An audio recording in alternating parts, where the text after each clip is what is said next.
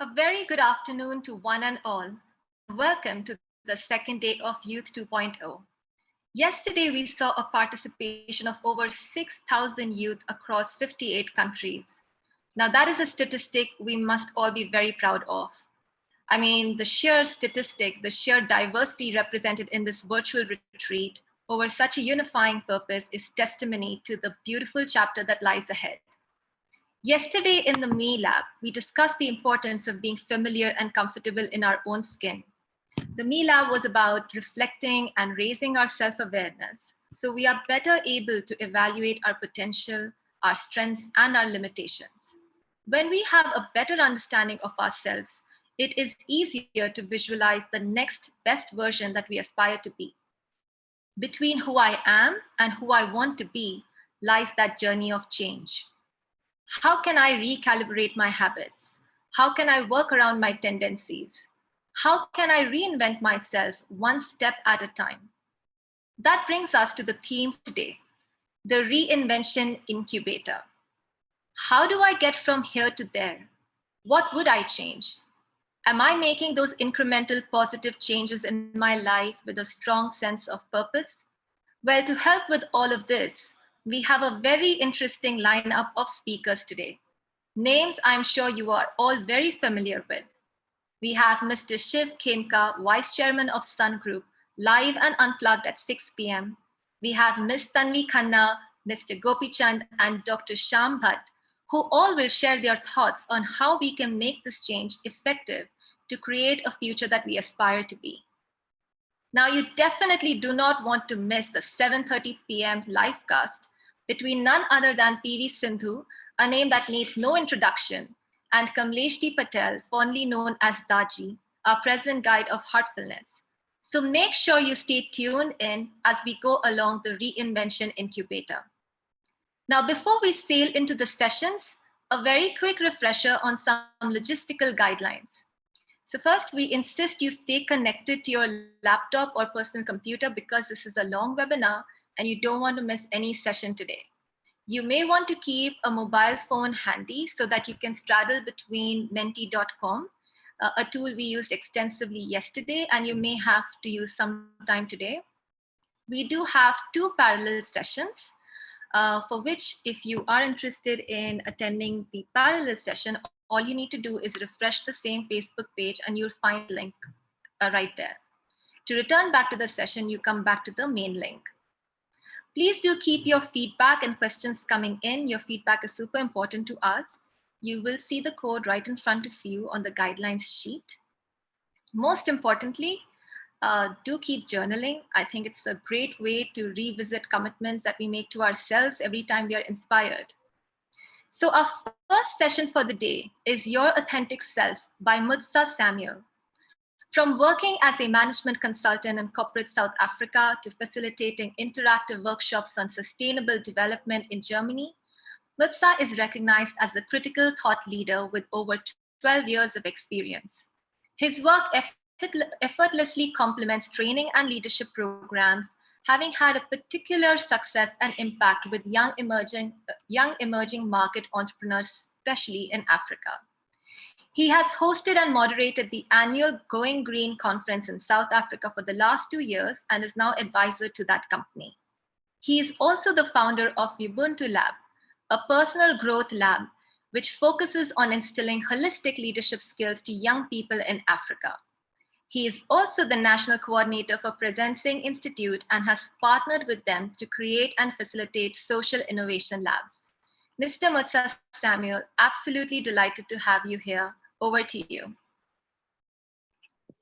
Thank you very much for that introduction, and really excited to be here and part of this youth conference. So I'm going to get started, and I'm going to go ahead and share my screen with everybody. I hope everybody is ready for this. So let's go ahead.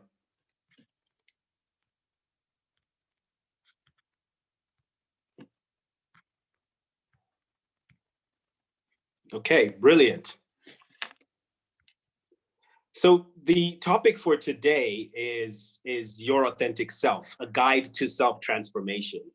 And this is really a topic that is dear to me because it's something that is personal, in the fact that it's something that I had to go through myself in order to rediscover who I really was. I had to kind of figure out what were kind of my restrictions, what were kind of my boundaries, and what did I really want out of life. And these key questions were the catalyst for me to kind of figure out what my authenticity was.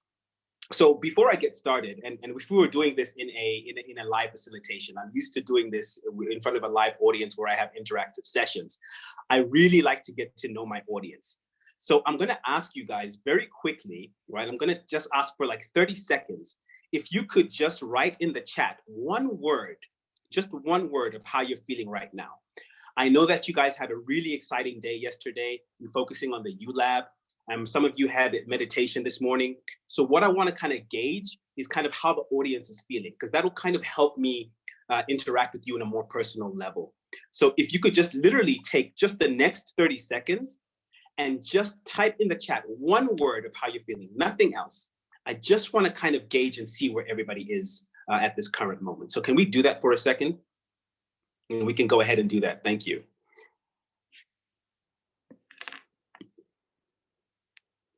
And while that's kind of going on, what we can start thinking about is, you know, your own definition of authenticity, right? When I talk about your authentic self, what are some of the things that kind of come up with you? You know, what are kind of the things that pop up in your head when you think of authenticity?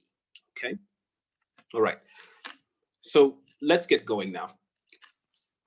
So I'm just going to give you a little bit of an agenda that we're going to do today. We don't have a lot of time, so I'm really going to ask you to pay as much attention as you can, right? So we're going to talk about how we can create the space, right? So this is kind of like a little bit of a house rules for the next hour to 50 minutes that we have. The next thing is I'm going to do a very brief introduction of myself, and then I'm going to delve right into the topic, and I'm going to really define what authenticity is from my perspective and my experience. And then we're going to go into the Your Authentic Self process. And then we're going to do a very, very quick Q&A. So really strap in your seatbelts, everybody, because I'm going to be giving you a lot of information. We're going to try and make it as interactive as possible. I will be asking you some questions. We're going to be taking some polls. So please kind of have the necessary tools available for you as well. Okay. Right. So let's talk about the space that we create. For the next 50 minutes to an hour, we're going to create a very unique space. And what's important to know about the space that we create is that it's very much dependent on you. Whatever you're bringing into this space at this moment is going to impact the collective whole. And that's a very important thing to note. So what I'm going to ask you to do is kind of just take a moment to center yourselves so that you can create an intention of growth and learning, not only for yourself, but for the other people on this call. And when we intentionally do that, when we intentionally set an intention, then all of a sudden we create a new unique space. So I'm going to ask you to do a very quick exercise with me, all right? If you could just be seated in a comfortable position, and I want you to just gently close your eyes for me.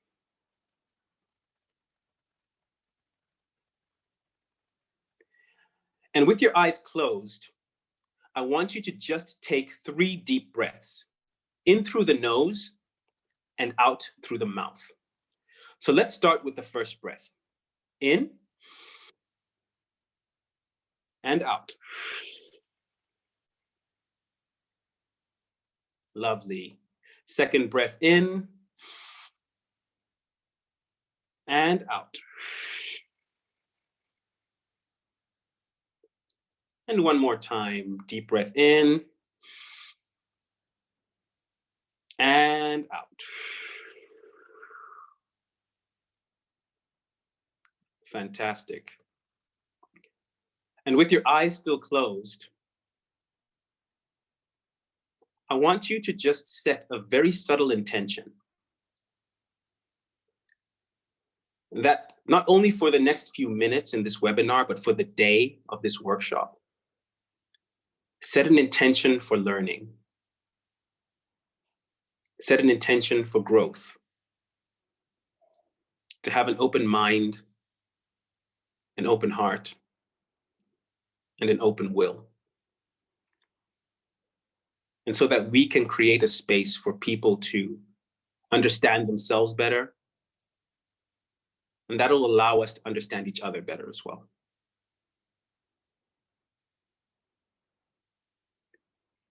Now give yourself a really, really big smile,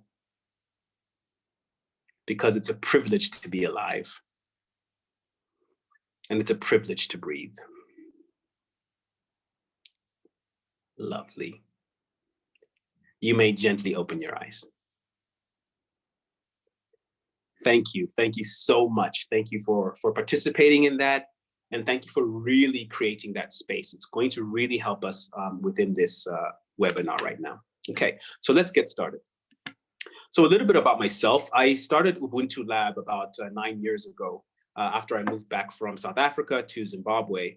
And we define ourselves as a personal growth hub. We do work across the entire globe. So we've expanded outside of Africa. We've done a lot of work in Europe, in Switzerland, in Belgium. We've done some work in India. We've done some work in the United States as well. And of course, with this virtual component now, due to the current situation, we're finding ourselves in all parts of the world. I have 15 years experience in public speaking. Over the last 3 years, that is equated to about 200 individual clients that I've seen for my personal growth sessions. And that equates to about 1,500 coaching hours. I'm also the author of the book, which was published last year, called 30 Days of Transformation, A Guide to Your Authentic Self, which I will explain because you will be getting a copy of this book at the end of this webinar. That's a little bit about me. So the first question that I want to ask is, what is authenticity? When you think about this word, what kind of comes to mind? And something that has worked with me is I want to kind of tell you a story about myself and what has happened and how I got to really define my authenticity. I was a person that went through the motions and kind of applied formulas that were given to me by other people. So if you think of the formulas in life that are given to you, you're told to go to school, you're told to graduate from college, you're told to get a job, and you're told that equates to success. But the reality is that I followed all of those rules, and still that didn't equate to my success. Sorry, excuse me, just hold on for a moment. Please hold.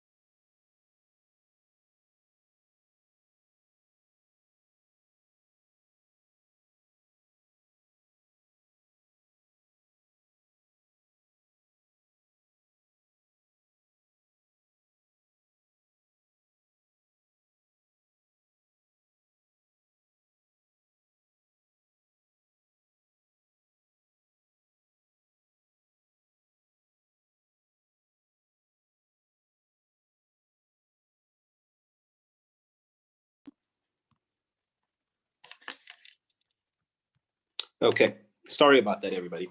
So when we talk about authenticity, we talk about a formula that was given, usually by somebody else, or a predetermined notion that was given to somebody else.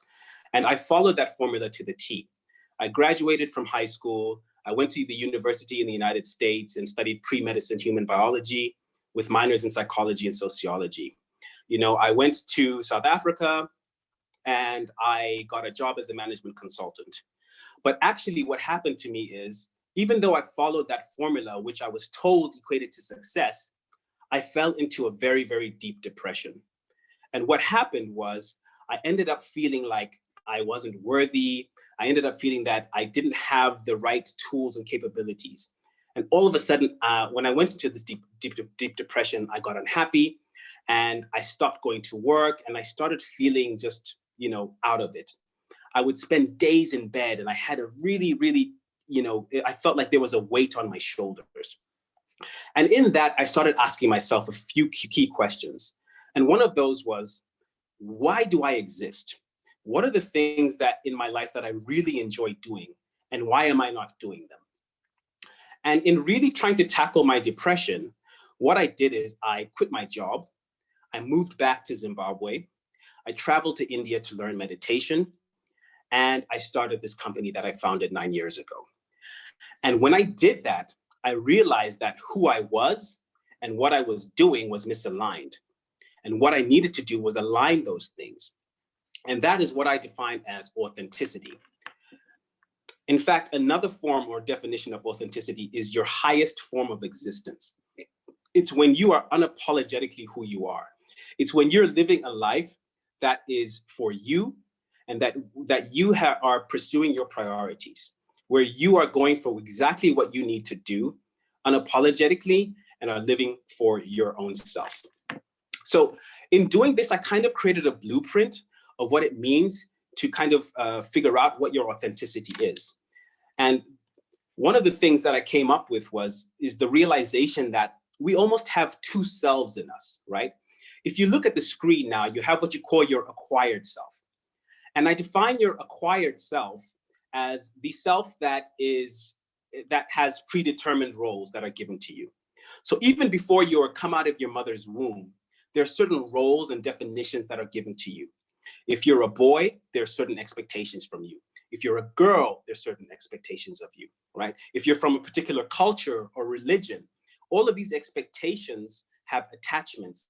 And all of these attachments can sometimes weigh itself on you, especially if you only define yourself by these attachments or labels. And sometimes these labels you don't even ask for. They're just kind of given to you, right? An example of some of these labels are being a mother, being a daughter, being a son, being a husband, being of a particular religion. All of these things are the acquired self because some of these labels are not necessarily given to you. Now, what happens is most people start feeling overwhelmed and feeling some form of anxiety, stress, or depression is when the acquired self starts to take over at the expense of your authentic self, which is who you really are, right? And this kind of starts to create a crust around you. And you wonder why people start saying things like, I don't know what's wrong with me. Even though I followed the formula to success, I've gone to school, I've graduated, I've gotten a good job, but something is missing in my life. That's because the acquired self has created a crust around who you really are. And so your authentic self is unapologetically expansive, right? It's empathetic, it's considerate of others, but it's also considerate of self. And your authentic self, when it is unbound, is on the right-hand side of the screen, right? So that's what happens when you kind of reconnect with who you really are and living your highest form of existence. All of a sudden you're expansive, right? And you can give enough energy, not only for yourself, but for other people. Now, the problem is that most people are living their lives with the crust of the acquired self upon them. So what I encourage people to do is to identify and drop some of those labels that have been given to us, especially if those labels have been given to us by other people, right? So think about it. Just take a mental moment to kind of think about the labels that you have on yourself, right? And what happens when you take off of all of those labels? You kind of find the core of who you are. And that's exactly what I had to do. I had to figure out who I was at my core without the labels, without all the attachments, without all of the expectations that were placed onto me, because I was defining myself by those things. And that is exactly what made me unhappy. So what I'm going to do now is kind of take you through a 3-step process, the Your Authentic Self process of how to reach your highest form of existence. This is a day of transformation. So I'm going to really provide you with some really hands-on techniques and processes for allow you to do that. So the first step of achieving your authentic self is to rediscover why you exist, right? And if you kind of break that down, there are three main elements of this. And the first one is self-communication. Now, if you have a pen and a paper, I want you to write this down. The quality of my life is dependent on the quality of my communication. Let me say that again. The quality of my life is dependent on the quality of my communication, right?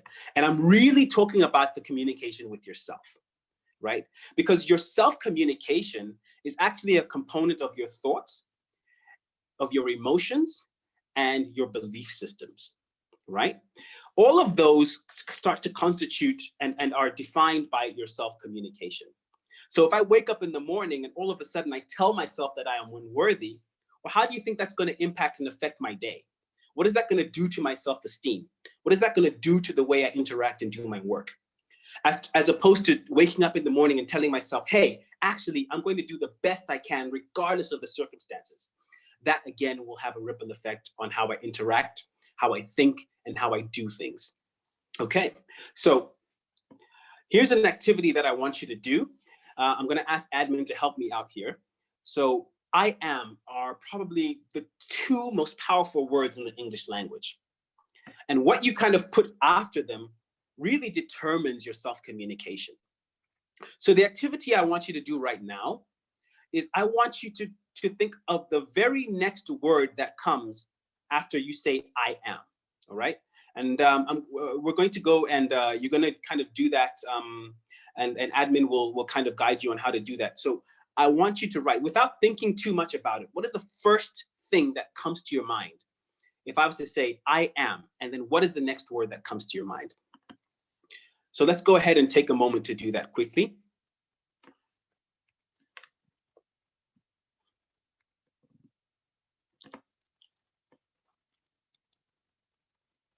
So you've got the information there about going to Mentee. All right, awesome. So we've got good, human, relaxed, myself, willing to change, empathetic, nobody, loving, grateful, glorious, explorer, friendly, excellent. Right? So there's so many things.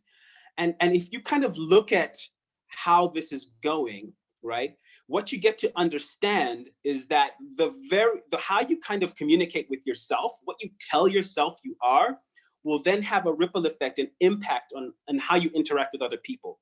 So as we move through the Your Authentic Self process, you're going to understand that the foundation of this is always going to be your self-communication, right?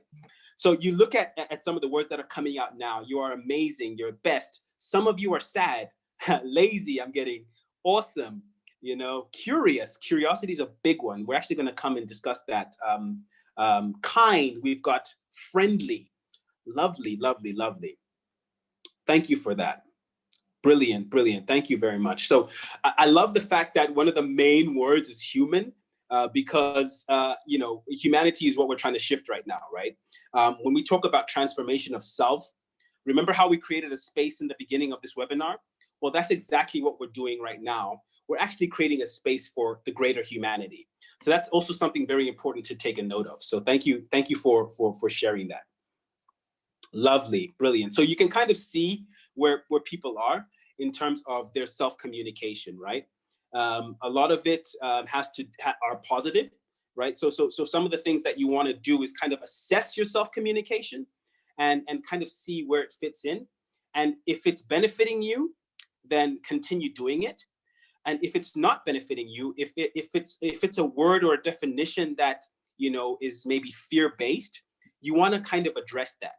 And we're going to actually start talking about addressing our fears within this webinar as well, as it is actually part of that process.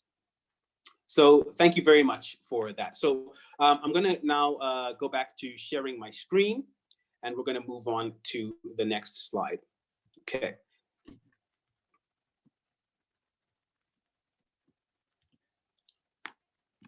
Okay. So again, when we talk about the YAS process, I am is the definition of self. That has to do with your self-communication. But when you start defining yourself, one of the things that's going to happen is that there's going to be a little voice in your head that says, hey, you know what? You need to stay as is, or you need to not define yourself because that's a space that is an unknown. Or there might be some areas in your life that you're hesitant to confront due to past traumas, or they might bring up certain things that you don't want to deal with. And all of that is fear, right? When you start to define yourself, fear starts to creep in, right? And that has to do with your ego, because your ego, a part of your ego doesn't necessarily want you to change. It wants you to literally remain as is. So what I want to do now is an activity of how we can actually start facing our fears, to put a face to our fears, because actually fear is a signal for our growth. Fear is a signal for our progress, right? So for all of those people who said, you know, I am sad or I am lazy, well, why? Let's kind of delve into it a little bit deeper, because that's how we start to define who we really are, okay? So another question that we're gonna do now is another poll that we're gonna do is I want to ask, what is your primary fear or concern, right? And I want you to just pick one, okay? Pick one, and we're going to do a very quick poll on this, all right? And then after this poll, we're going to start talking about the next steps of really kind of facing our fears, all right? So for the first one, we've got uncertainty or the unknown, right? Especially in a time like this, there's a lot of that going around, right? Is it unworthiness? Is it I don't know what to do with myself? Is it past traumas that are affecting you? So maybe some things in your past that are hindering you from your full potential. Is it anxiety or panic attacks? So do you get a physical response to things when you get fearful or concerned? Or is it falling into depression? So let's just take a very, very quick poll and kind of see where people are at right now.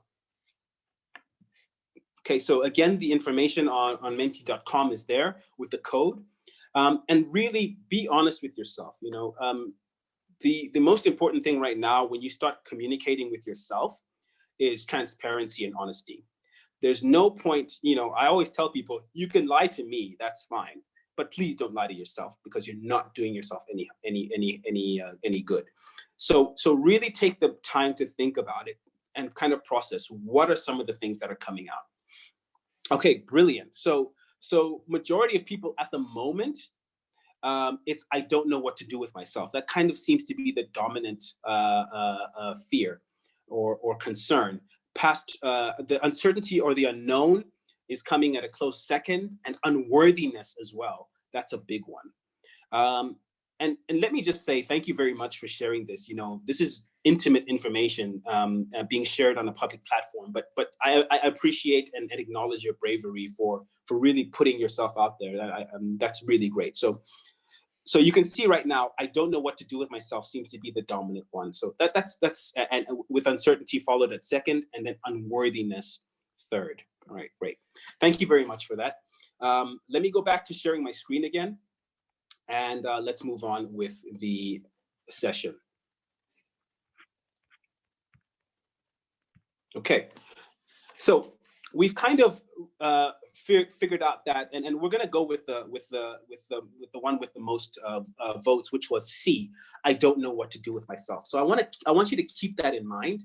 But also, what's important is to say, once you've identified your fear, what is the next step in facing it? And it's really to kind of answer these 6 questions. All right. So let's take the example of you not knowing what to do with yourself, right? The first question to ask is, what is my trigger, right? So what triggers you into not knowing what to do with yourself, right? Is it maybe looking at social media and comparing yourself to other people, right? Is that the trigger, which then takes the corresponding behavior, right? So the second question is, how do you behave when your fear is not knowing to what you do with yourself? What is your corresponding behavior? Maybe it's shouting at your parents, or taking it out on your friends, or being snappy at people, right? The third question is, are there alternative responses to that behavior, right? So let's say, for example, the behavior is you shout at your friends, right? Or you're moody with your friends. If there's an alternative response, the next question is, if the answer is yes, what is one? So write down something that you can actually do differently. How can you cultivate the opposite? All right. So if you usually shout at your friends because of your fear of not knowing what to do with yourself, maybe an alternative response is writing at something in your diary, or writing your frustrations down, or drawing, or taking a walk, or doing some form of activity. All of a sudden, you're shifting that response. So you're no longer transferring that fear onto your friends. You're no longer letting it out on other people, but you're taking responsibility for it. And that's very important on your journey of self-discovery and authenticity, right? The fifth question is, will this alternate response change anything? And usually the answer is yes. So for an example, if I'm now journaling in my book every time I get a trigger, that's very different, because I'm, again, taking responsibility for my actions. I'm trying to define more specifically why I do what I do, and identify more of the triggers in my life, as opposed to taking it out on my friends. And of course, the final question is, why would that change anything? And of course, the answer to that is, you are now the owner of that behavior, knowing that that behavior starts to impact other people. And we are trying to better ourselves. So when we take ownership of our own behaviors, we understand that when it impacts other people, we also take ownership on that as well. Okay. So really, what I've given you now is a process of how to identify your fear, right? Give it a name, give it a face. It's not something that's hidden in a corner, right? And then all of a sudden we break down that fear and say, what is the trigger? What is my corresponding behavior? Are there alternatives, and why? Okay, so that's the process, and understanding that fear, again, is a signal for our growth. It's not something that we need to avoid. Okay, so that's kind of the first step. So rediscovering why we exist. We discussed self-communication. We discussed the importance of being curious, right, of our fear, right? And we understand we don't actually need to be hard on ourselves. So let's not be too judgmental when we start to rediscover who we really are. Okay. The next step is to align your action to your existence. And this is where things get exciting, all right? So you kind of deal with yourself in the first element. In the second element, you're now starting to interact with other people, right? So communication with others starts to take precedence as becoming proactive. And when I talk about being a dictator, I'll explain that in a little bit, okay? So when we talk with other people, there are actually 6 conversations that are happening when 2 people talk, okay? So I want you to picture the guy on the right, on my left, as A, and the woman on my right as B, all right? So the 6 types of conversations that are happening are as follows. There is what A thinks of himself. There is what A thinks B is thinking. And then the last one is what A thinks B thinks of A. Okay, I'm going to repeat that last one. It's what A thinks B thinks of A. It's also called the projected image, all right? And it's rooted, again, in self-communication, right? So it's basically what I think you think of me, okay? So that communication is happening one way, and guess what? It's also happening the other way as well. So every time that you're having a conversation with somebody, there's actually a flow of 6 different conversations happening between 2 people, right? The internal conversations, what I think of the other person, and what I think the other person thinks of me, and vice versa. So that's why communication with others, the foundation of that is always self-communication, right? In terms of productivity, what's very important to note, and what I do with myself, is I kind of break down my week so that I know how to prioritize my time. And what I'm going to show you now is a very, very quick tool of how to really kind of step up your productivity. Right. So let's just take, this is purely an example, and it's my personal example of how I spend my week from Monday to Friday, right? So I dedicate 5 days a week to focusing on my priorities, right? Remember, we're talking about holistic development. When we talk about authenticity, we're talking about all areas of our lives, right? So there's 5 days with 24 hours. That's 120 hours I've dedicated to my priorities, right? 8 hours of sleep on average, which is 40 hours a week. So then I'm left with about 80 hours, again, for my priorities. And then I've dedicated about 20 hours for miscellaneous, right? So things might go wrong. Sometimes I may have to do, certain things. I've got 3 children. I've got a wife. So life doesn't always work out as planned. I need to have some time to be flexible in my schedule, right? So that leaves me a total of 60 hours that I have to kind of focus on my priorities, okay? So the next step in that is to kind of list what your priorities are, right? And then to give them a color. What I've noticed is that 4 priorities is more than enough to really give enough time for each priority and for you to kind of have that priority go deeper with each of those priorities. Again, make this your own. This is my personal example and what I'm focusing on right now, right? So my 4 priorities at the moment are my family, my career, my spirituality, and my health, right? So what you do is once you've kind of listed those priorities, you give them a color. And this is going to make a little bit more sense in the next slide. So again, really take the time to personalize this. I'm just giving you my own example. Once I've done this, I then put it into kind of a weekly calendar with each of those small dots representing 1 hour of my time. And then on my left-hand side, I've kind of broken down the number of the hours of priorities into 4, right? So my morning is from 6 to 11 a.m. My afternoon is from 1 to 5 p.m. My evening is from 5 to 8. And then I have what I call after hours from 10 to 1 a.m. All right. And so on my Monday mornings, I know that I like to start off fresh, right? I like to set an intention for the week, and I like to kind of know that I am grounded. So I really focus, and remember my purple is my spirituality. So I really focus on doing very deep meditations on my Monday morning and connecting with my belief system, right? I also kind of focus on my health. So I do some form of movement technique to get my body and oxygen going to my brain, because that's how I know my day gets started well. And then, of course, I'm spending time with my family. But I want to kind of give you an example of how I prioritize my times. So if you look at the evening section, where it's from 5 to 8, you'll notice that there's a lot of blue throughout the week. And the blue is my family. And that's because I've decided to prioritize family. My family and I have decided to spend at least dinner together, right? So this is the time where I put my phone away, I put my laptop away, and I'm completely dedicated to my family, right? If it's any homework that needs to be done with my children, if it's me going outside and playing with them, they become the priority. If my 2-year-old daughter says, Papa, let's go outside and play, that's what I'm doing. She's the boss at that time, right? I have no other priority but them. And I have to put it in my calendar because I want to make sure that I'm dedicating the time and it's quality time for them. Another example is the after hours. So from 10 to 1, I know by then that my children are asleep.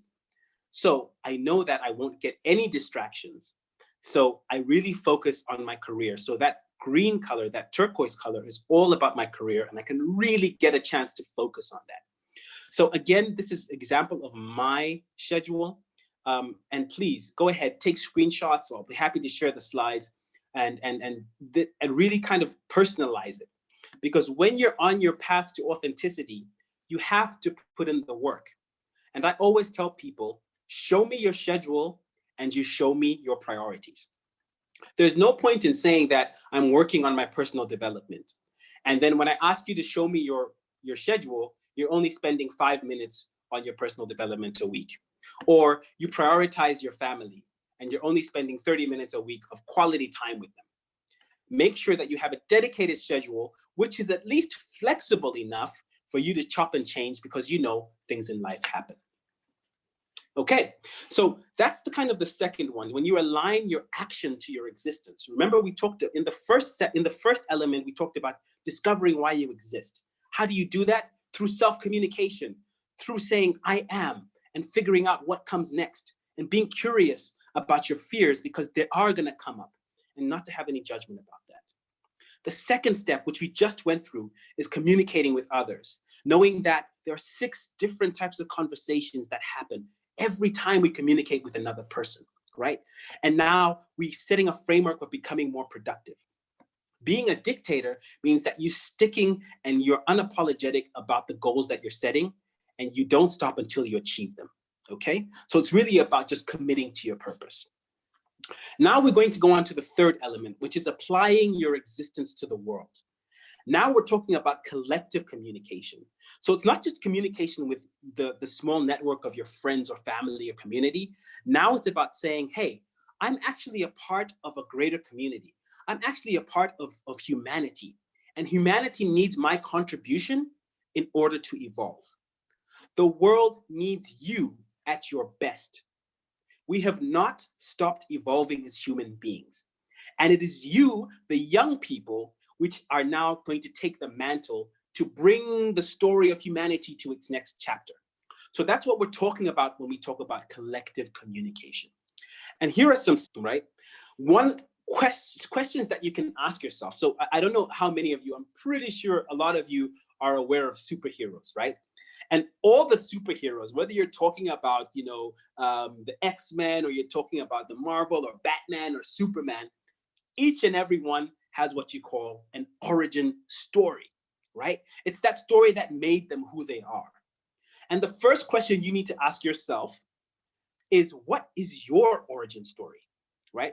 I kind of told you a little bit of mine, right? When I fell into my depression, right? And then I realized that I had to do something about it, and I quit my job and I started this company, and I traveled to India and I started learning meditation, and I started interacting with young people in Zimbabwe and Africa, and the impact that has had, and in me speaking in over 30 countries.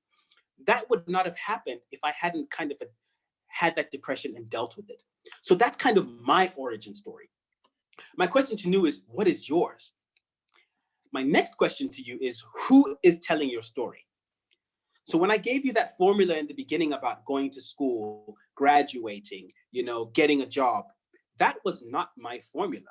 That was something that I was told by my parents and that I adopted. But in reality, it wasn't my story. I would have still been unhappy if I was in a 9-to-5 right now. The fact that I'm an entrepreneur tells me that I'm the one telling my story. I'm the one that is the author of my life and the architect of the life story that I'm building right now. So who is telling your story? If it's somebody else, or is it you, right? And when you tell your story, you get to kind of steer the ship. And that also makes you be more responsibility and take accountability for the actions that you have. The next question is, do you believe your story? So there's no point in you talking about it without walking the story as well. So it's really challenging you to say, this is the story I want to tell, but you have to believe in it. You have to believe in yourself. There's no point in having all of these speakers come on this amazing platform and this amazing webinar, and all of a sudden, they have all of the belief in the world in you. But if you don't believe in yourself, then honestly, this is not going to work. You have to believe in the story that you're telling yourself, right? The next question is, how is your story contributing to the greater one?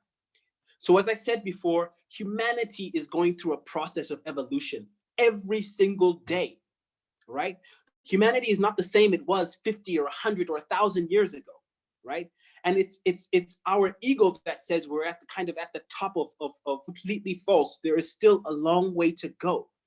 And so it's looking to the young people, it's looking in the mirror and saying, what is my story going to contribute to the greater one, to the story of being human, right? And then the very next thing is, what is the title of your very next chapter? So you don't necessarily have to, this is by converting ideas into action.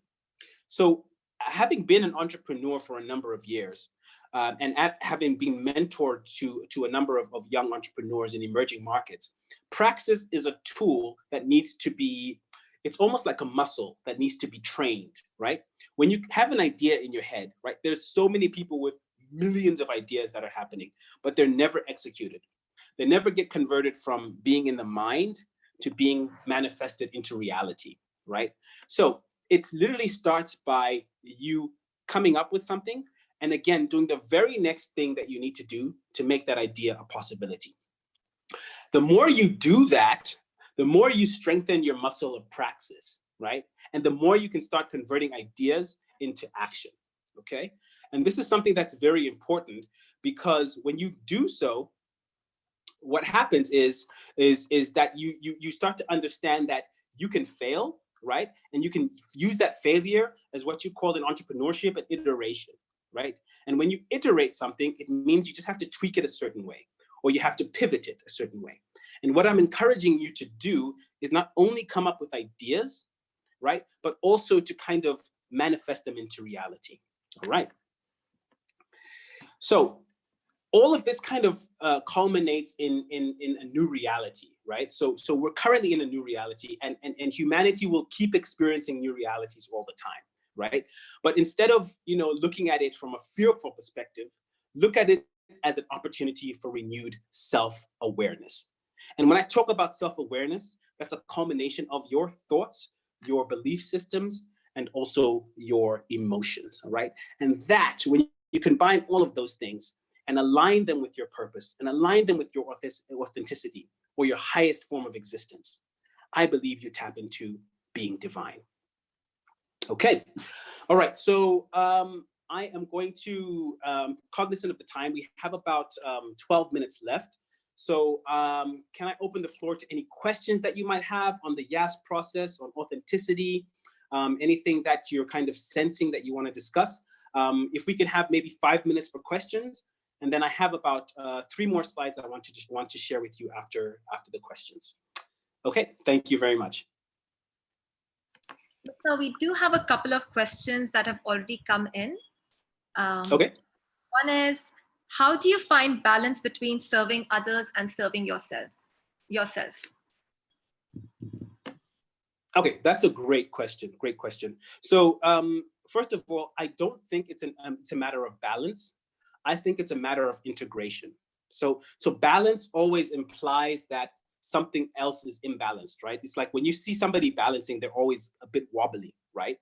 And the secret is not to look at it from a balance perspective, but how to integrate it, right? So one of the activities that I do is I kind of make a circle, and I list around that circle all of the things that define who I am, from a career perspective, from health, from social, from my romantic life, from my family relationships, from my hobbies. All of those things make me who I am holistically, right? And how I do that is to make sure that, sorry, my children are sorry, can you give me a second? My apologies.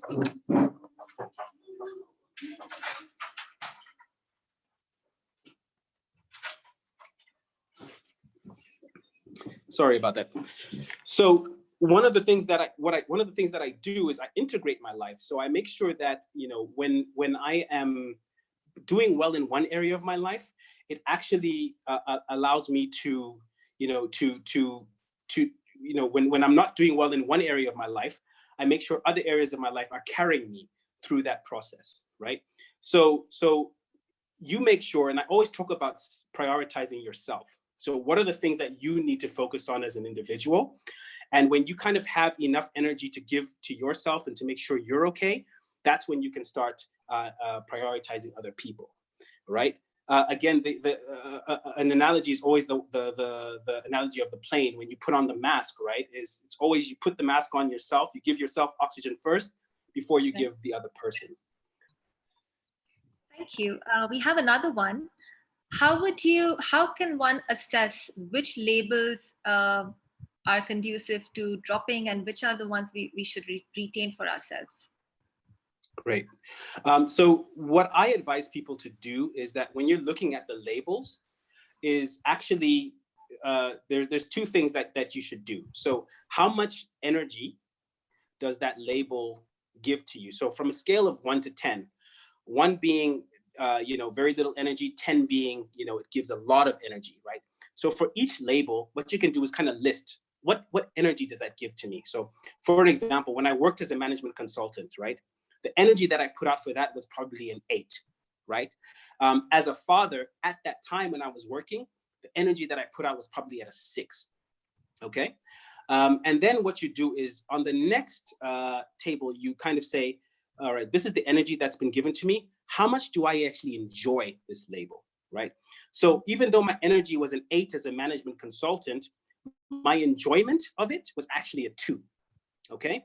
As a father, even though my energy was at a 6, my enjoyment was probably a 10 because I really enjoyed being a father, right? So that's kind of the way you kind of figure out how you can start breaking down the labels which should probably be prioritized. But on a separate note, when you first start this activity, the labels that you have, irregardless of what they are, I would advise you try to take off all of them and kind of get a sense of how it feels to not be attached to anything, because that is actually your authentic self. It's you not having to be defined by any external labels. I absolutely love this energy and enjoyment matrix that you just drew for us. So we have another question. So when we say we should strive to exist unapologetically, how can we ensure that we are still considerate to the needs of others? All right, so yeah, that's a great question, and something that I actually went through in my process of discovering my authenticity, and that was, when I started bettering myself, I realized that a better me is an actual better father, a better husband, a better son, a better friend, right? So when we talk about the process of self-improvement, in the beginning, it seems like it's all about us, but in actuality, bettering ourselves is actually bettering the collective, all right? So that's kind of the third step. So if you kind of go back to, applying your existence to the world, right? That is actually you contributing to the bigger whole, right? So it's important to take note of that. Is there will be a time, and the thing is, not enough people do it, where you have to be selfish with your self-care. Again, it's about the energy. If you're giving all of your energy out to other people, and not necessarily focusing on yourself, then how do you expect to make an impact for other people?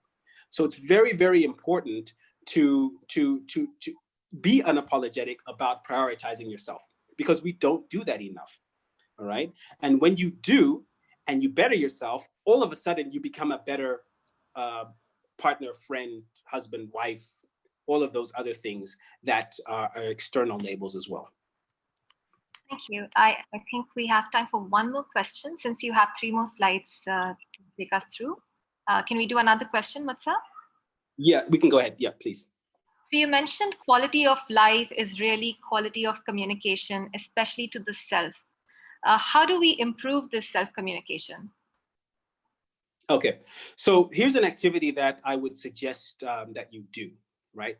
And it's called a letter to yourself, all right? So you write a letter to yourself, and you literally start with saying, "Dear me," or whatever your name is. So if I was writing that letter to myself, I would say, "Dear Mutsa." And then I would then write down any thoughts, any feelings that I have that I wanted to tell myself. And you can do this from a different number of perspectives. You can write to maybe a younger version of yourself, or you can write to an older version of yourself and say, "Hey, dear Mutsa, I really am glad with what you've done in your life so far." And really kind of be, again, honesty and transparency is very important here. If you're angry at somebody, or if you're angry at yourself, write it down on this paper. If you're happy with yourself, or you know that there are things that you need to improve, write it down on that paper, right? And after you've written it down on the paper, the next step is to actually then isolate some of the words that stand out for you, right? So if there are words or phrases that kind of, if you were to just skim through it after you've read the letter, isolate those words and phrases. And those words and phrases, you can kind of gauge and see how your self-communication is, right? So you can figure out, are the majority of the things that I say about myself positive or negative? Do they help me or do they hinder me? Do they build me up or do they bring me down? And then that will allow you to then further assess what you need to work on. That's very helpful, Mutsa. So if you could proceed with the slides that you had. Sure, certainly, I'll do that. Okay, so I just want to give you a quick summary of what we've kind of worked on over the last 50 minutes or so. So we started by creating that space, and I want you to kind of remember what you kind of contributed on in creating the space over the last few minutes. You know, when you closed your eyes, when you breathed, when you set that intention for growth, remember that you were contributing to a larger whole, right? We did a quick introduction of myself. Then we talked about what authenticity is. And my definition was your highest form of existence, okay? We then talked about the YAS process, the Your Authentic Self process. And we talked about the three things, the three elements that were included in that process, right? And then we just did a quick Q&A, right? Here is some optional homework for you, okay? Completely optional. You don't have to do it if you don't want to. But what I would suggest you do is you write, draw, or paint your reflections on this session. Take 30 minutes out of it. You know, after this conference is over, take 30 minutes and kind of figure out, excuse me, you know, what are some of the things that came out. The second thing is pair with somebody in this group and commit to virtually meeting, and talking about your learnings. Maybe do 30-minute sessions every week for 3 weeks. This is just a suggestion, you know, and then start learning about not only yourself, but somebody else. And this will also allow you to kind of practice your empathy. And then take the 30-day of transformation challenge, right? I will be distributing my book to all of the participants in here, free of charge of the ebook, which is here, 30 Days of Transformation. It is available on Amazon, but I'm going to provide the e-copy either via email or WhatsApp, or however the administration wants to kind of share this book. So make it available and really take the challenge, guys, and see how you can start introspecting and figuring out who you really are. And it really kind of takes a deep dive into knowing yourself more. I want to close with a very quick quote here by the Austrian playwright Goethe. And he says, "Whatever you can do or dream you can, begin it. Boldness has genius, power, and magic in it. Begin it now." Ladies and gentlemen, thank you so much for your time. I really appreciate your efforts. And thank you so much for tolerating my children interfering with the webinar. And you know, that's part of your authentic self, right? Integrating all aspects of your life. Please go on your journey of self-transformation, and don't forget to do it unapologetically, primarily for yourself and humanity. Thank you very much, everybody. Thank you, Mutsa. What an inspiring session this has been. I'm definitely taking that homework very seriously. I think you've really taken us through a wide aspect. So thank you so much for being here with us today. Thank you very much. Moving to the next session for the afternoon, we have two parallel sessions by some very distinguished guests. The first session is a masterclass on passion and discipline, and talking about it, we have none other than Mr. Pullela Gopichand. Mr. Pullela Gopichand is the former Indian badminton player. Presently, he is the chief national coach for the Indian badminton team. He received the Arjuna Award in 1999, the Dronacharya Award in 2009, and the Padma Bhushan, India's third highest civilian award, in 2014. The other session is in room 2, titled Lifestyle Transformation by Dr. Shyam Bhatt. Dr. Shyam Bhatt is a psychiatrist, integrative medicine specialist, and writer. Dr. Bhatt has a rare combination of postgraduate training and American board certifications in 2 specialties, psychiatry and internal medicine. He is also board certified in psychosomatic medicine, the study of conditions at the interface of body and mind. Dr. Bhatt combines these qualifications with a deep study and understanding of Eastern philosophy and healing practices. Joining him will be Trevor Weltman. Trevor is the Chief Operating Officer for Asia Pacific Travel Association, and he has over 10 years experience in work that spans across Asia. Trevor has extensive training and speaking experience, having led several courses on storytelling, personal development, digital marketing, and meditation. requesting the participants to log into the live session they would like to attend. On this link, we will have Mr. Gopichand, who will talk to us about passion and discipline.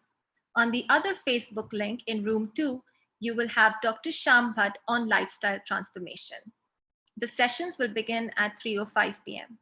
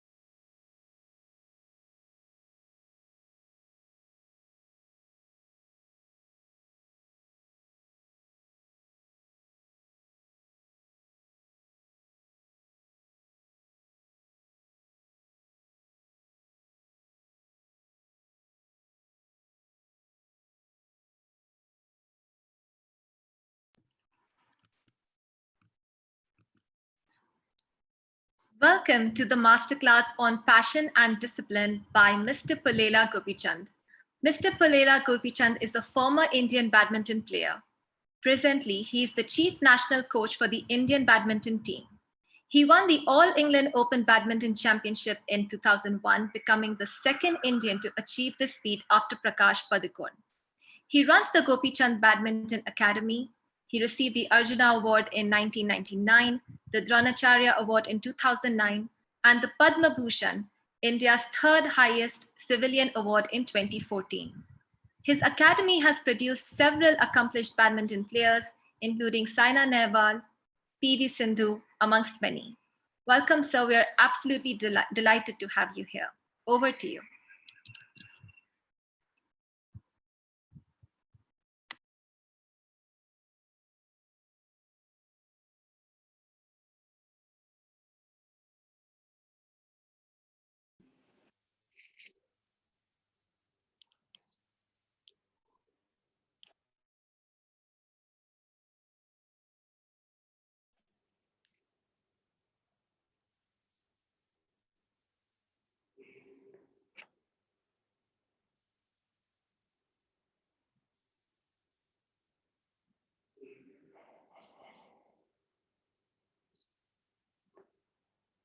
I can't hear you.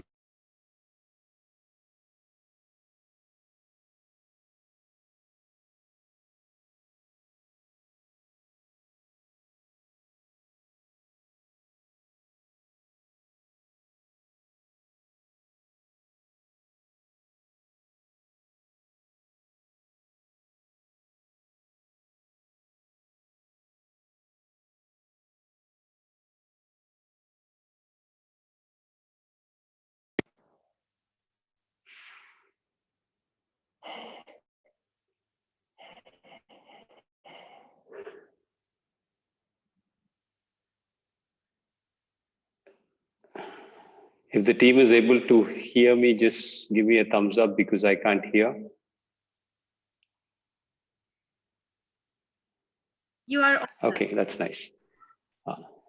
Okay, so can we start? Yes, yes, please. Okay. Very good morning, good afternoon, good evening to all of you present across the world. I think it's really wonderful to know about this meditation and heartful meditation doing this event. It's really wonderful to know about this.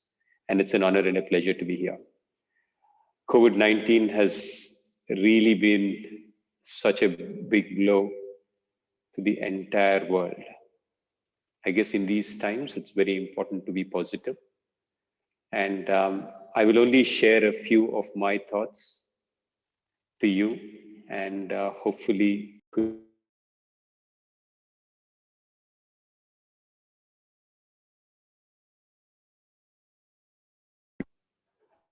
for my bit, I would only say that my life, I never thought that would go this far, and I would be actually playing badminton, being part of the badminton circuit for such a long time. It all was by chance, blessings, grace of God, that I think that I'm here. Having said that, I'll just share a bit of my journey and my experience and talk about time management and what my perspective is. Because my understanding of sport and the way I've looked at things, sometimes it seems very different for me. My father worked in a bank, so every 3 years he would get transferred. So my initial years were in a small district called Raigada in Orissa. Then the next few years were in Chennai, and next few years were in coastal Andhra in a place called Ongole. So every 3 years you would get transferred. And when I was 11 years old, I came to Hyderabad. As normal kids, and during the time 1985, everybody was playing cricket in the country thanks to the Cricket World Cup victory in 83. And I was also the same. I loved cricket. I was playing cricket. I broke a few window panes. I got sunstroke. My mother said, this fellow seems to be outside most of the time playing some sport or the other. Let us go and go to the stadium and join him for cricket. I went there. We went to join for cricket. Cricket was full. So the next choice was to go and seek an admission in tennis. Later, I realized, or I came to know, that my parents thought that tennis was not the right sport because there were too many cars parked outside. And then I went to the badminton stadium to play just because the admissions were available. Sometimes you don't know what destiny has in store for you. And it was the same for me. So for the initial years, I don't know why, how these things, but from the perspective of practice, something which struck me very early was that if you need to be better than your competition, then you need to work that little extra. And that is what helped me, especially in those initial years. If my fellow players, we were all 12-year-olds, we were about 5 of us who joined in that summer coaching camp of 1985. And we would go out there to play. And somehow it dawned on me that if I practice as much as they did, I would never be better than them. So if they came to the stadium at 6 o'clock in the morning, I would reach there at 5:45. And if they left the stadium at 7:30, because school was normally at 9, I would somehow hang on for another 10 minutes and play so that that 10 minutes before, that 10 minutes afterwards, I thought would really help me to be better than them. And as time went by, I realized that whenever I was at home, I was studying, and we as a family, and many of you would know that Telugu's especially around that time, had only two professions. Either you could be a doctor or an engineer. And I was also no different. My parents were strict at home, and I was doing maths, physics, and chemistry growing up, aspiring to be an engineer because that's the only thing which we knew. Luckily for me, there was a year where I failed the engineering exam. And that year, things changed for me. My parents said, you get a year to play badminton. And if you win, or if you do well, then you can get an admission and get to play badminton as a career. Luckily, that year I won the junior nationals. And then I got my first job in Tata Steel. And that is when truly my badminton career has actually started. But even those initial years, somehow, when all the kids and the seniors would go to there was a cafe called Jannat, and they would go sit, sip tea and eat biscuits and stuff. I don't know where, how, why I felt that this was a waste of time. And that time I could spend doing something constructive. And that few minutes before, few minutes afterwards, the few minutes when everybody was resting, these were the times where the extra practice actually helped me become better. And for me, those few minutes which added on really helped me to become the player whom I am. So for me, time, and today, when I look back, and as they say, you connect the dots. For me, youth is a very important time. For all of us growing up, if early in life, if we are able to find out what drives us, what our goal is, and if we are able to give our 100% energies towards that goal,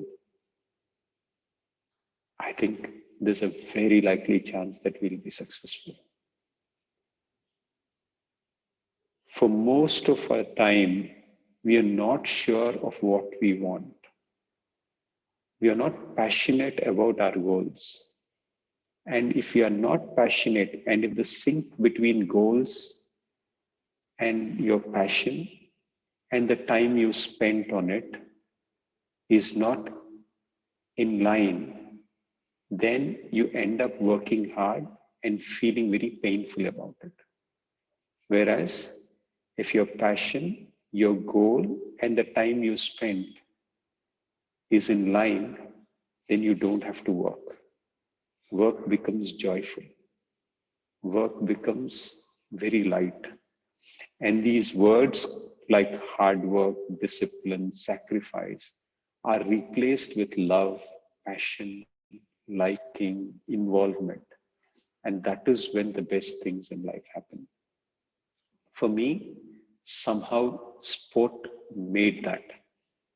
And that's why many people have seen me work and said, you've been very hardworking, you've been very disciplined, you've been very focused. But for me, it was a life which was very beautiful. Because as an athlete, one of the best things which can happen is that your life is very focused. Because every aspect of your life is only based on one single question. Is it good for my sport or not? If the answer is yes, you do it. If the answer is no, then you don't do it. So life of an athlete is very, very simple and is not complicated about at all. Because as an athlete, every question, you're eating something, you're asking your question. Is it good for my sport? If you're going out somewhere, you're asking yourself, is it good for my sport? If you're doing some activity, you're asking yourself, is it good for my sport? If the answer is yes, you do it. If the answer is no, you don't do it. It's as simple as that. Please excuse me. So youth is very important. And later in life, and I have a small farm and I like farming, I realized something. When we plant a tree, a mango tree, or even a guava tree, or a custard apple, when the tree is young and the tree gives some small fruit, they always say, don't take the fruit when the tree is young. Let it grow. And this for me is a superb example for you. Because if in your youth, you spend time to learn, to do things which you are passionate about, and don't think of enjoying the fruit of it very early, then there's very likely chance that as you grow older, the fruits in your life will be much bigger. So as I see, and I've seen many kids during my playing time and also during my time as a coach, many of them at 15, 16, 17, they get the first bit of money, the first bit of fame, and they start to think that they need to enjoy life as if life was ending within the next 5 years. You've got a lot of life ahead. Just hold on, stop, and don't enjoy yourself very early in life, because there'll be many moments later where you can actually enjoy, and the sacrifice or the holding back of enjoyment in the early years of your life will ensure that the fruits in your life are much bigger. This is something which I've seen in my life. I've seen in my life as a coach, where I've seen many examples of people who put in hard work in youth and benefited and enjoyed later in life. I've also seen the other way, where people got the first bike, first job, and they started to enjoy those things where they could do much better later in life. They never got out. So for me, from a traditional sense, if you were to look at, time management is important. But when passion and goals are aligned, then you don't have to manage time. Literally, you will actually spend all your energies towards your passion and goal. So I think it's very important to see where your heart is. And that is very important. Another aspect which is important is to spend time on contemplating, to understand what your thoughts are. And this is one thing which I tell, where people actually come out of a match if they've lost, and they keep thinking about it. And they keep on going over, the mind keeps rotating and saying, I should have done this, I shouldn't have lost. So they're eating food and they're thinking about the match. They're trying to sleep, they're not thinking about the match. So I think in these times, one of the best things you can do is demarcate a certain amount of time for that problem. So the thought comes that I have a problem, and you've lost a match, you need to figure this out. You just say, okay, in the night, between 9 and 10 o'clock, 1 hour, I will focus on ensuring that I will solve this issue. So I would say players to take a book, go through the entire match, write down things which are important, and then afterwards forget about it. So ensure that your thoughts and emotions don't keep bothering you over time. So whenever they bother you, you have to ensure that if this problem needs to be given time, allocate a time. Like you go to a corporate CEO and you see his calendar. He has an appointment at 9:30, he has an appointment at 10:30. Likewise, give your thoughts an appointment. And that has been something which is very helpful. For me, players come up and say, they've lost a match. I said, one of the first things I would say is when you walk out of the stadium, nobody should know whether you've lost the match or won the match. You should not show your emotion outside. And whatever you have to talk or say to yourself, go down, sit with yourself, calm yourself, and then do things. What you have not done correctly, you write it down. What needs to be done, you write it down. And that is very, very important. For me, the other aspect which I think has really helped, and this is much later in life, has been the writing of a diary. And that's actually helped me become very productive. I would write, I would get up early in the morning, and I would keep writing slots every 1 hour, what I need to do in the next day. And the next day, I'm writing slots and saying, this is what I've done in the day. So what happens is when you check both of these and put it before, then you realize how much of productive work you've done. And you'll realize how much of time you have to do so many things which you wanted to. Because with our phones, with our gadgets, we actually are busy doing nothing. And that's something which is scary, because busy doing nothing is something which we need to avoid. And for that, I think I would say write down. And the best thing is, if you really want to play something, be on social media, it's fine. Allocate an hour for it, and you'll be surprised that clearly that hour is not so much, not so difficult to find out in a day. But just allocate that time. But don't keep spending 10 minutes, 10 minutes, 10 minutes, because one YouTube video goes to the next and the next, one game goes to the next, and one chat keeps on forever.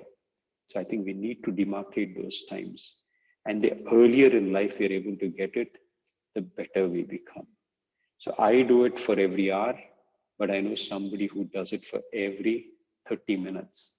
And for me, I also I know of some of them who do it every 5 minutes.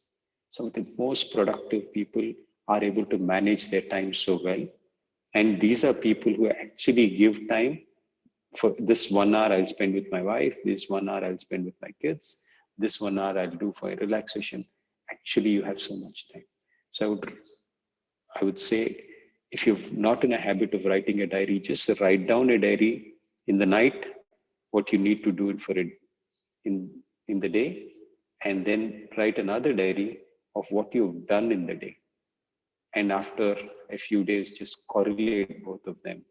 And that would be very, very important. And in sport for us, if you are an athlete, and if you need to do something, we say the first thing should be the most important thing. If you need to learn a certain skill, we would say the first thing should be the most important thing of the day. And I believe that's very, very important. So when you're writing things, also ensure that the most important things get a priority in the beginning of the day. And that's something which so athletes, the most successful of them, and if I will take two names, say Saina and Sindhu, both of them strangely have this wonderful habit that if you give them a training which is tough and the rest of the day is easy, and give them a choice, they will always say, let me finish the tough training first. What they're afraid of, they do it first. I think that is very important. What you're uncomfortable with, do it as a first thing. If you're afraid of something, do it as immediately. So I think that is very important. Every opportunity as a youth you get, if you are afraid of going in front of people and talking or dancing, I think every opportunity you get to do that, just do it. I think this really helps. I think this is something which I think there are very few opportunities and times when you get it. And when you get it, just break the barrier, because these are very important things. Another aspect for me, which would be very important, is your physicality. And it might sound strange or may not be, because as a coach, as a sports person, I might sound biased to it. But think of it, if alphabets in a certain sequence, alphabets, words, sentences is alphabetical literacy. And if numbers, addition, subtractions is numerical literacy, then something like crawling, walking, running, throwing, jumping would be called physical literacy. It's fair to say that in the last 30 years, our country has done very well in alphabetical and numerical literacy.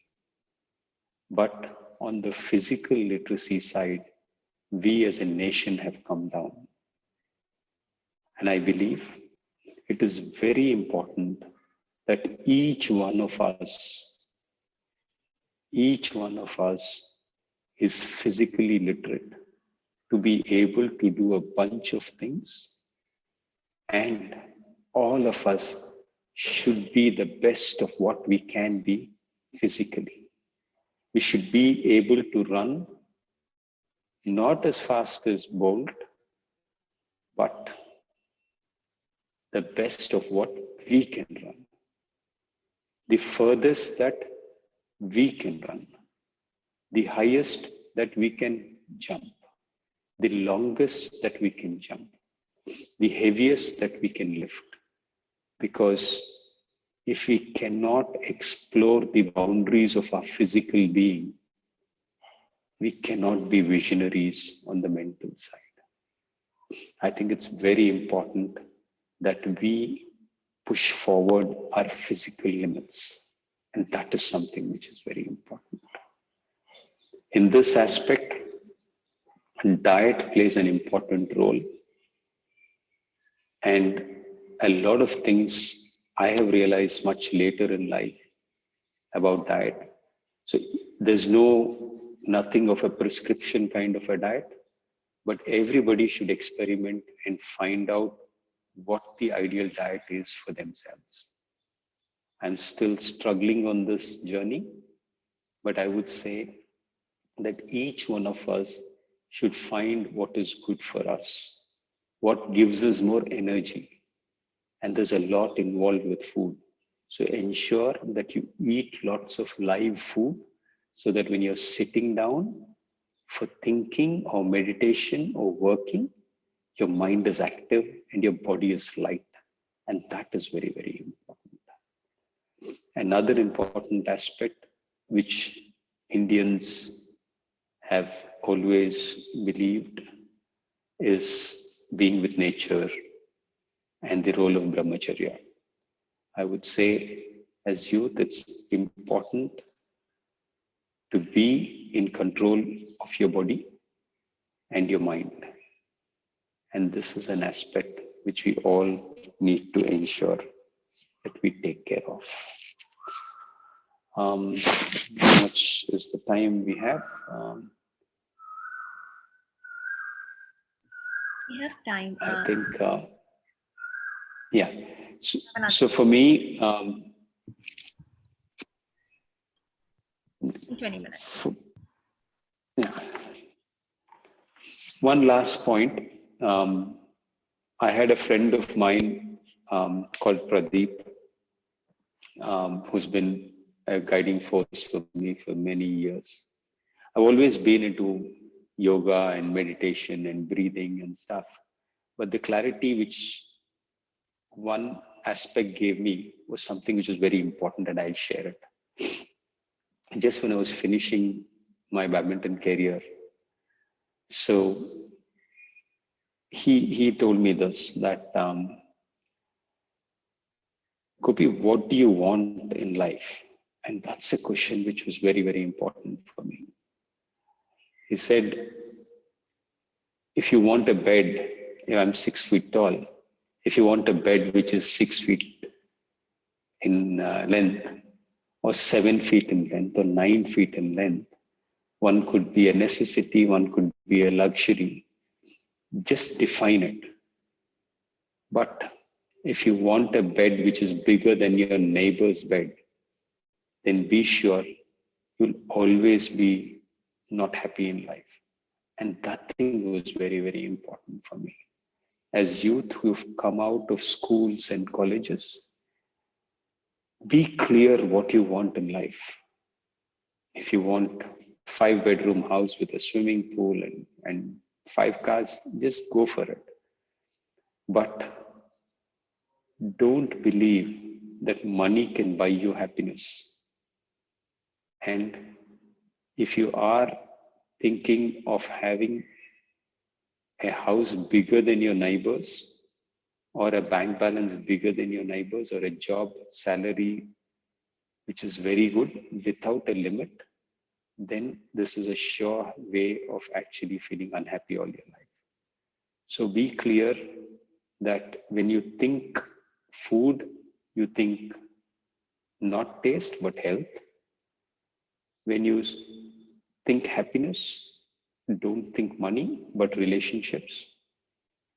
When you are in a position of power, you think of doing justice.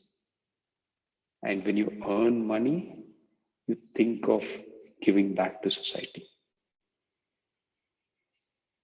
For me, happiness would be about not having any regret of the past.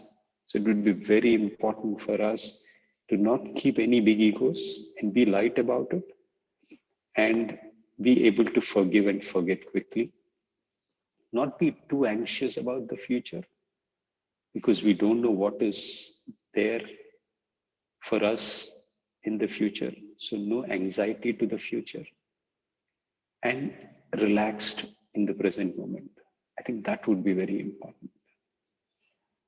For all of us, I've never actually written down goals in my life, because when I was growing up, when I thought that things were in my control, and as youth, as young, 19-year-old, I was the number one badminton player in the country. Everything was looking good for me.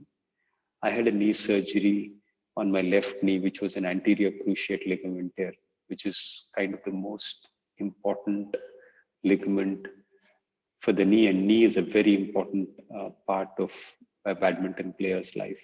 And I had this injury very early in life. Then I had another surgery 2 years later, and another surgery 2 years later. So I had three back-to-back surgeries between 94, 96, and 98. And between the years 99 and 2001, I won my All England or the Commonwealth medals. And in the year 2002, I had another surgery on my right knee. Maybe because of my injuries, I could never plan my life and say that 3 months later, this is my goal, 6 months later, 9 months. So I didn't have any time. I didn't have a short-term goal, a medium-term, and a long-term goal. But I had a daily goal to be the best of what I can be. And for me, there lies the crux. For all of us to just go out there and do the best of what we can be, to be the best of what we can be on a daily basis is what will take care of the goals eventually. To have a process which is perfect or which is getting better to make the best of what you can be is what our goal is. To be the best of what we can be is the goal, and the goals will take care of themselves. Because for me, growing up, there was this story which I heard, and it's so true in my life, because coming from where I came, I never ever thought that I would go this far. When I was growing up, we didn't even have a national champion from Hyderabad. So for me, if I had a dream, it would have been probably to become a state champion. But every step I climbed, the next seemed possible. And the only thing I needed to do was to be the best of what I can be. And that's how I've reached where I've reached. And for me, that becomes the biggest thing.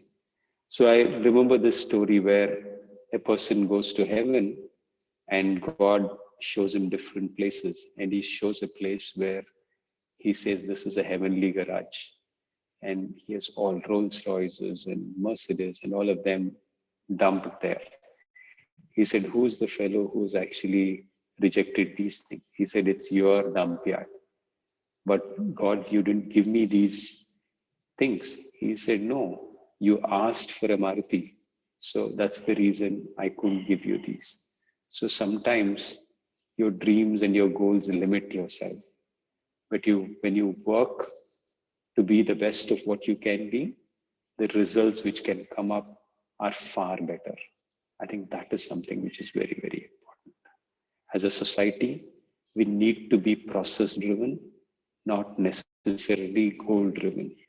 And that is something which will take care of your anxiety part, your regret part, because you're not bothered about the results. You're bothered about the process and to be the best. And who knows, you could get success at 20, 30, 40, 50, you never know. And that would be very, very important.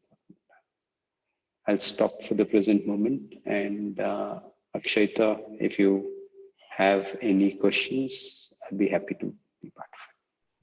Thank you, Mr. Gopichan. First of all, I think truly inspirational talk. I think there are so many questions that have flown in, but I'll see how many we can cover in the time that we have. The first one really is, I mean, you spoke a bit about it, saying that you did face three injuries in your, I mean, an injury in your life and three subsequent surgeries. Would you say that was sort of a crossroad in your life, which possibly cast a doubt on if you'll ever be able to play badminton? Or if not this injury, were you ever at this crossroad which made you wonder that you love badminton, you may not be able to play it? So how did you go about it? Well, ignorance is bliss.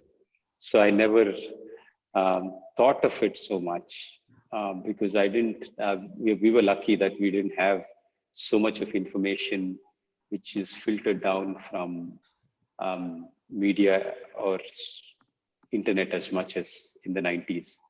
So my parents believed that they were supportive. I had a doctor called Ashok Rajagopal from Delhi. He said, Gopi, your left knee is better than your right knee. And I believed him. And today when I think of it, it's stupid. But really, faith really helps. And ignorance is bliss. And the lucky good thing was I didn't have a fallback option. So I had to succeed. And that also really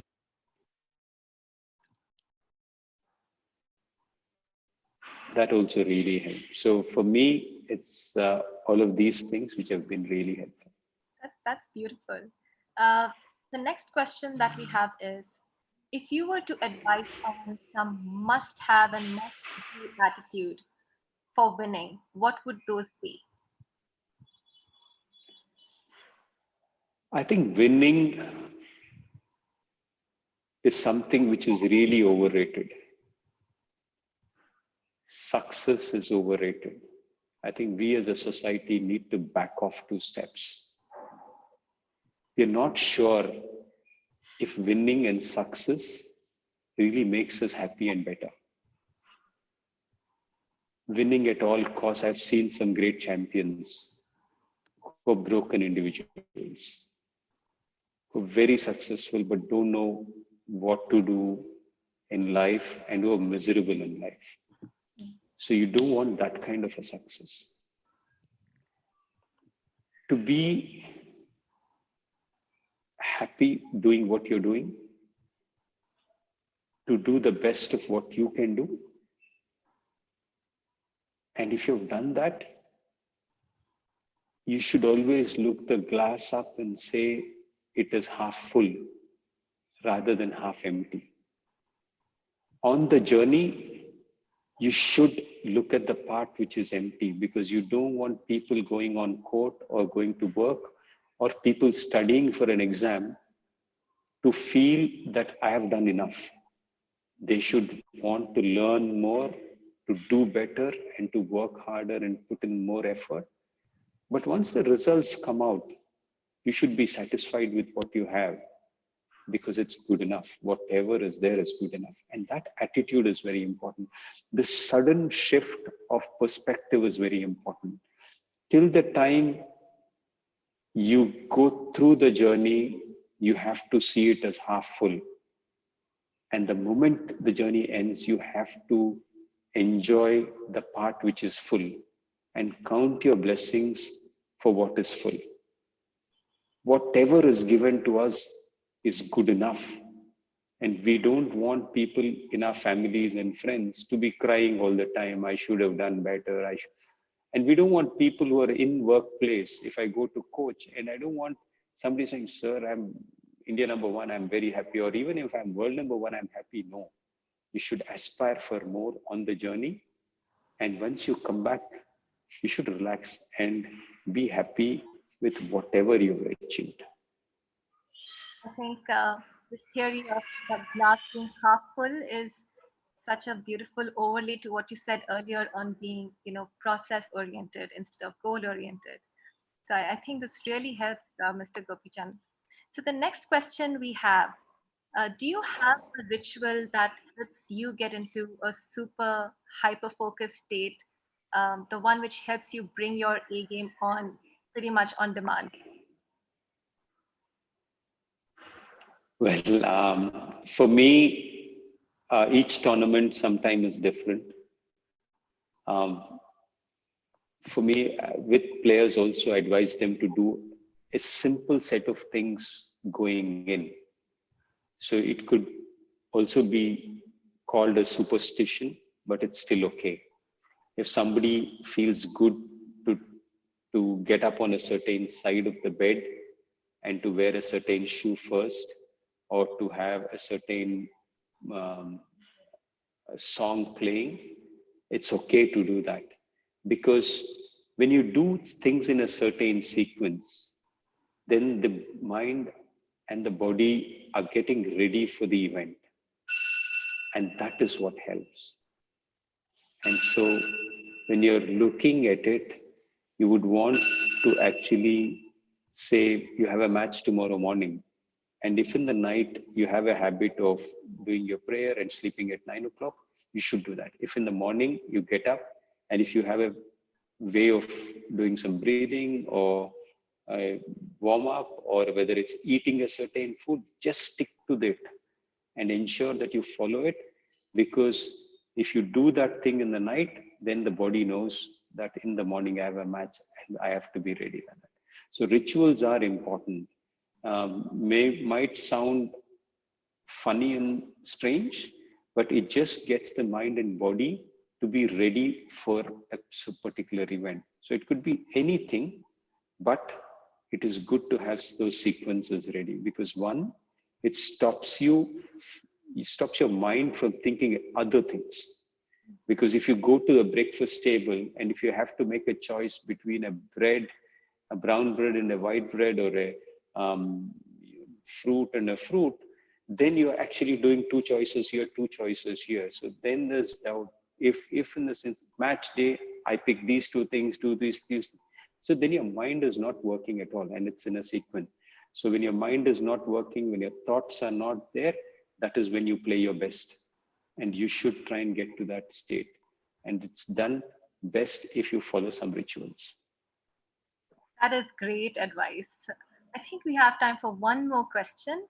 Um, how do you think someone can go about finding their passion? For me, it was really strange because this I came to know much later, or I forgot about it. But my parents reminded me. Um, I went to play cricket, and we went to the batting coach, and I was super excited that I'll be a batsman. And when they said no, we don't have place for a batsman, then I was super excited to be a bowler. And when they said you don't have a place in batting and bowling, then suddenly I shifted and said I'll become the best fielder. And then it was the same with tennis. So sometimes it's not necessarily what is your passion, but if you are somebody who makes whatever you get your passion, that is even better. Having said that, I would say being conscious of your thoughts and being not afraid to take chances, and money should not be a criteria for deciding what you want to do in life. If that clarity is there, then I believe we'll be able to choose our passion dispassionately. We'll be able to choose our passion without any doubt and with clarity. I think that would be very important. So we need to slow down to ensure that our thoughts are very clear, and our education, our knowledge, our understanding about life with knowledge becomes clear, so that we are not jumping from choice to choice depending on what is trending at the moment.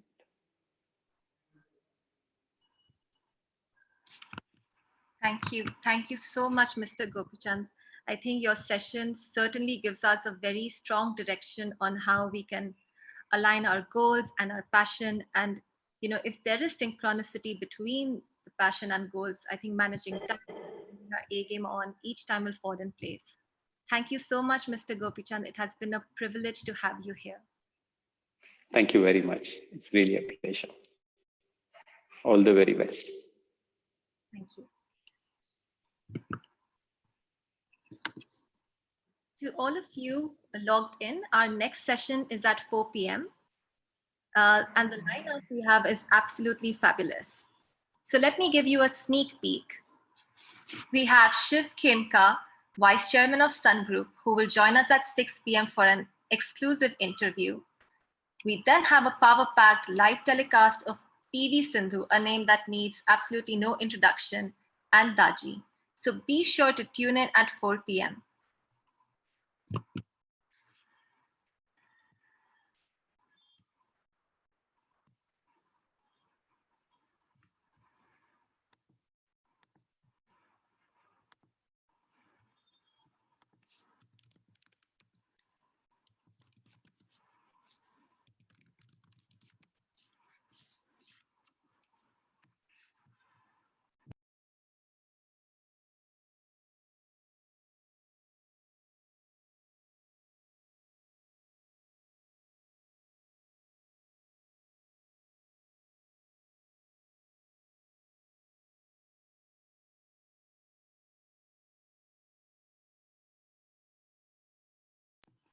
For those of you who may have missed the announcement, our next session is at 4 p.m. and the lineup that we have post this short break is fabulous.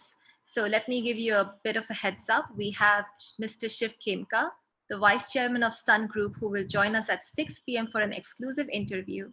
We then have an absolutely power-packed live telecast of PV Sindhu, a name that needs no introduction, and Daji. So please be sure to tune in at 4 p.m.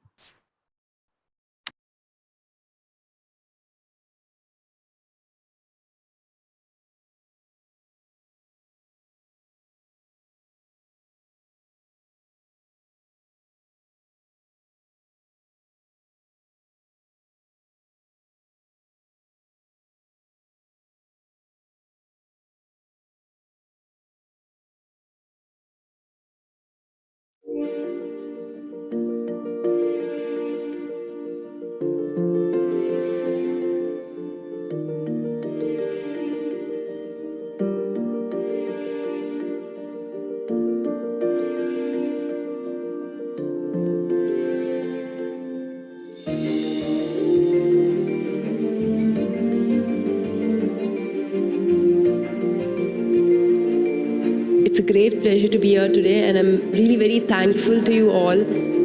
I think because of your love and support and the blessings of Daji and everyone, I'm here. I used to think that I need to achieve something in my life. As you all know, we all have lots of ups and downs, and the success is not very quick and fast, where you need a lot of hard work. And it is not only about doing hard work physically, but also mentally.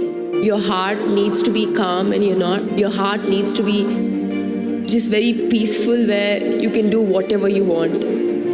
When I started off meditation, well, in the starting, I didn't know what it was, but months passed by, and it's almost going to be 1 year. Today, I'm very happy, and I can say proudly that it will definitely work, and it has worked. And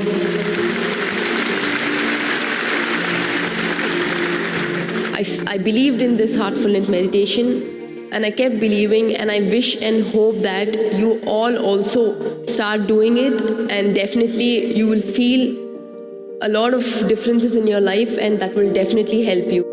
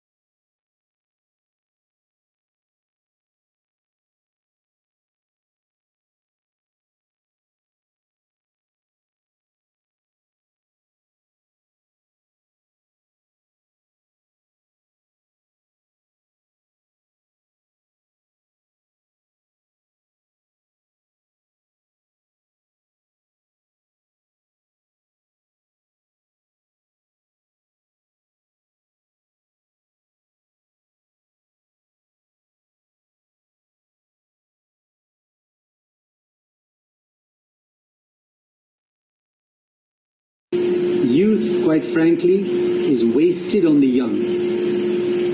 But more seriously, Youth is your one undiluted time to have any future you want, particularly if you work on yourself and you work with a team of like-minded people who share the same dreams that you do. Youth, quite frankly, is wasted on the young. But more seriously, youth is your one undiluted time to have any future you want, particularly if you work on yourself and you work with a team of like-minded people who share the same dreams that you do.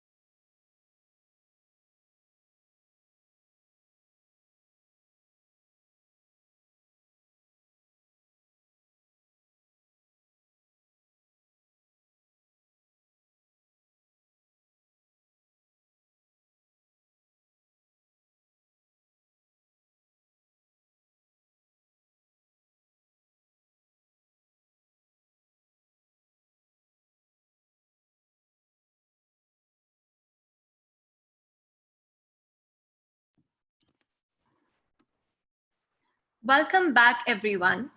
We now have two parallel sessions lined up for you on two very interesting topics. The first discussion is titled Mindset for Excellence. On this panel, we have Ms. Tanvi Khanna and Mr. Chirag Kulkarni. Ms. Tanvi Khanna is an Indian female professional squash player and is a regular member of the Indian squash team. She is currently the fourth highest ranked player in the national rankings and is regarded as one of the finest squash players to have emerged from India. She also plays for the Columbia Lions squash team, which belongs to the Columbia University.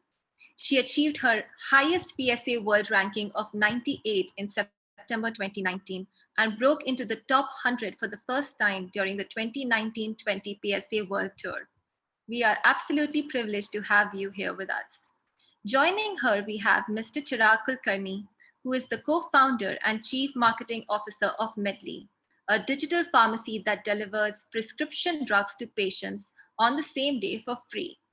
He is also the founder of Taco, an ad agency that has helped retailers and digital brands like LinkedIn, Dairy Queen, Expedia to increase their revenue through digital marketing. Chirag has been widely recognized for many awards and accomplishments, along with being named a top 25 marketeer by Forbes, as well as a frequent speaker on marketing at Accenture, MIT, IIT Bombay, amongst many. The session that we have in parallel in room 2 is titled Relationships by Dr. Snehal Deshpande.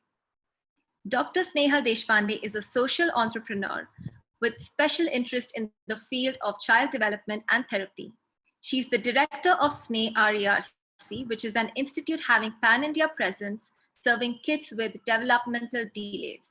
She is also a certified life coach and a women empowerment coach, and a recipient of several awards such as ISB Goldman Sachs Women Entrepreneurship Program, Women Economic Forum Women of the Decade in Healthcare 2017.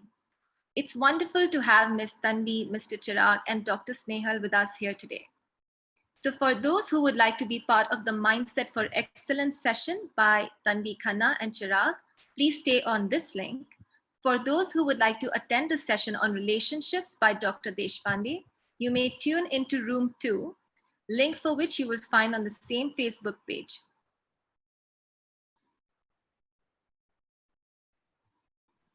We will give 2 minutes for participants to log into the room.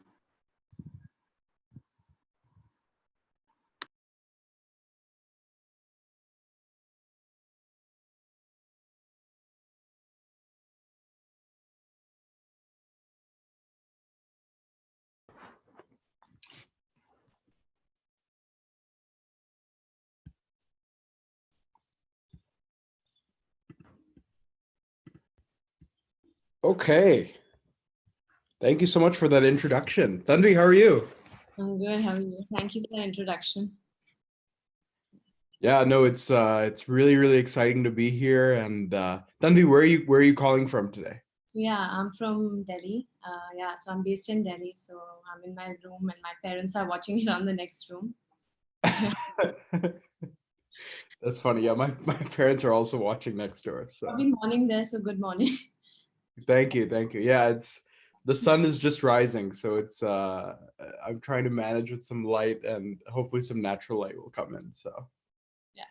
It's good.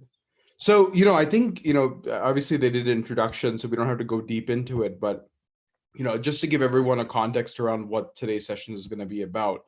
Obviously it's all around mindset for excellence. And, I'm sure Tanvi, mindset for you has been a really critical aspect of how you've become very successful as a professional player, right? I mean, I don't meet too many professional players, so it's really cool to be able to interact with one. But I know for myself, obviously at a young age, to be able to work with people that are much older than myself, a lot of it has come down to mindset. And so I definitely resonate with, I think, the topic. And, I think just to first start out, it'd be really interesting to learn a little bit more about how you got into the current profession that you're in. Like, how did you become a professional squash player? Like, it'd be awesome to start there. Yeah, for sure. So I've been playing squash since I was about 9 years old. And so my junior career in squash was up till the point that I left for college. I went to the States. And this is something that, I was so passionate about. I wasn't the best at it when I started, and there were many ups and downs, but there's something within me just made me stick to it. And over the years, I've learned so much, and I'm so fortunate that squash actually brought me to Heartfulness. Later on I'll get to that. But yeah, so I basically played, and then I got recruited as part of the Columbia squash team. And once I went to college, I was kind of confused, because a lot of people, once they're there, even despite being recruited and stuff for sports, a lot of people end up, finding a job in the US and just staying there. But I don't know, there was something in me, and luckily, like, my parents were so supportive that I decided to do this professionally, and I came back about 2 years back, and I've been playing professionally ever since then. So a little bit about my past, since this topic is about peak performance. So when I was a kid, I was very emotional. I mean, I'm a very sensitive person. And there was this whole idea of think and play. So when I was a young child and I would play and I would go into a squash match, my coaches, my parents, all the adults around that area would always say, okay, Tanvi, go in and think and play, And that whole match, be it a 20-minute match, 30-minute match, I would just end up trying to think.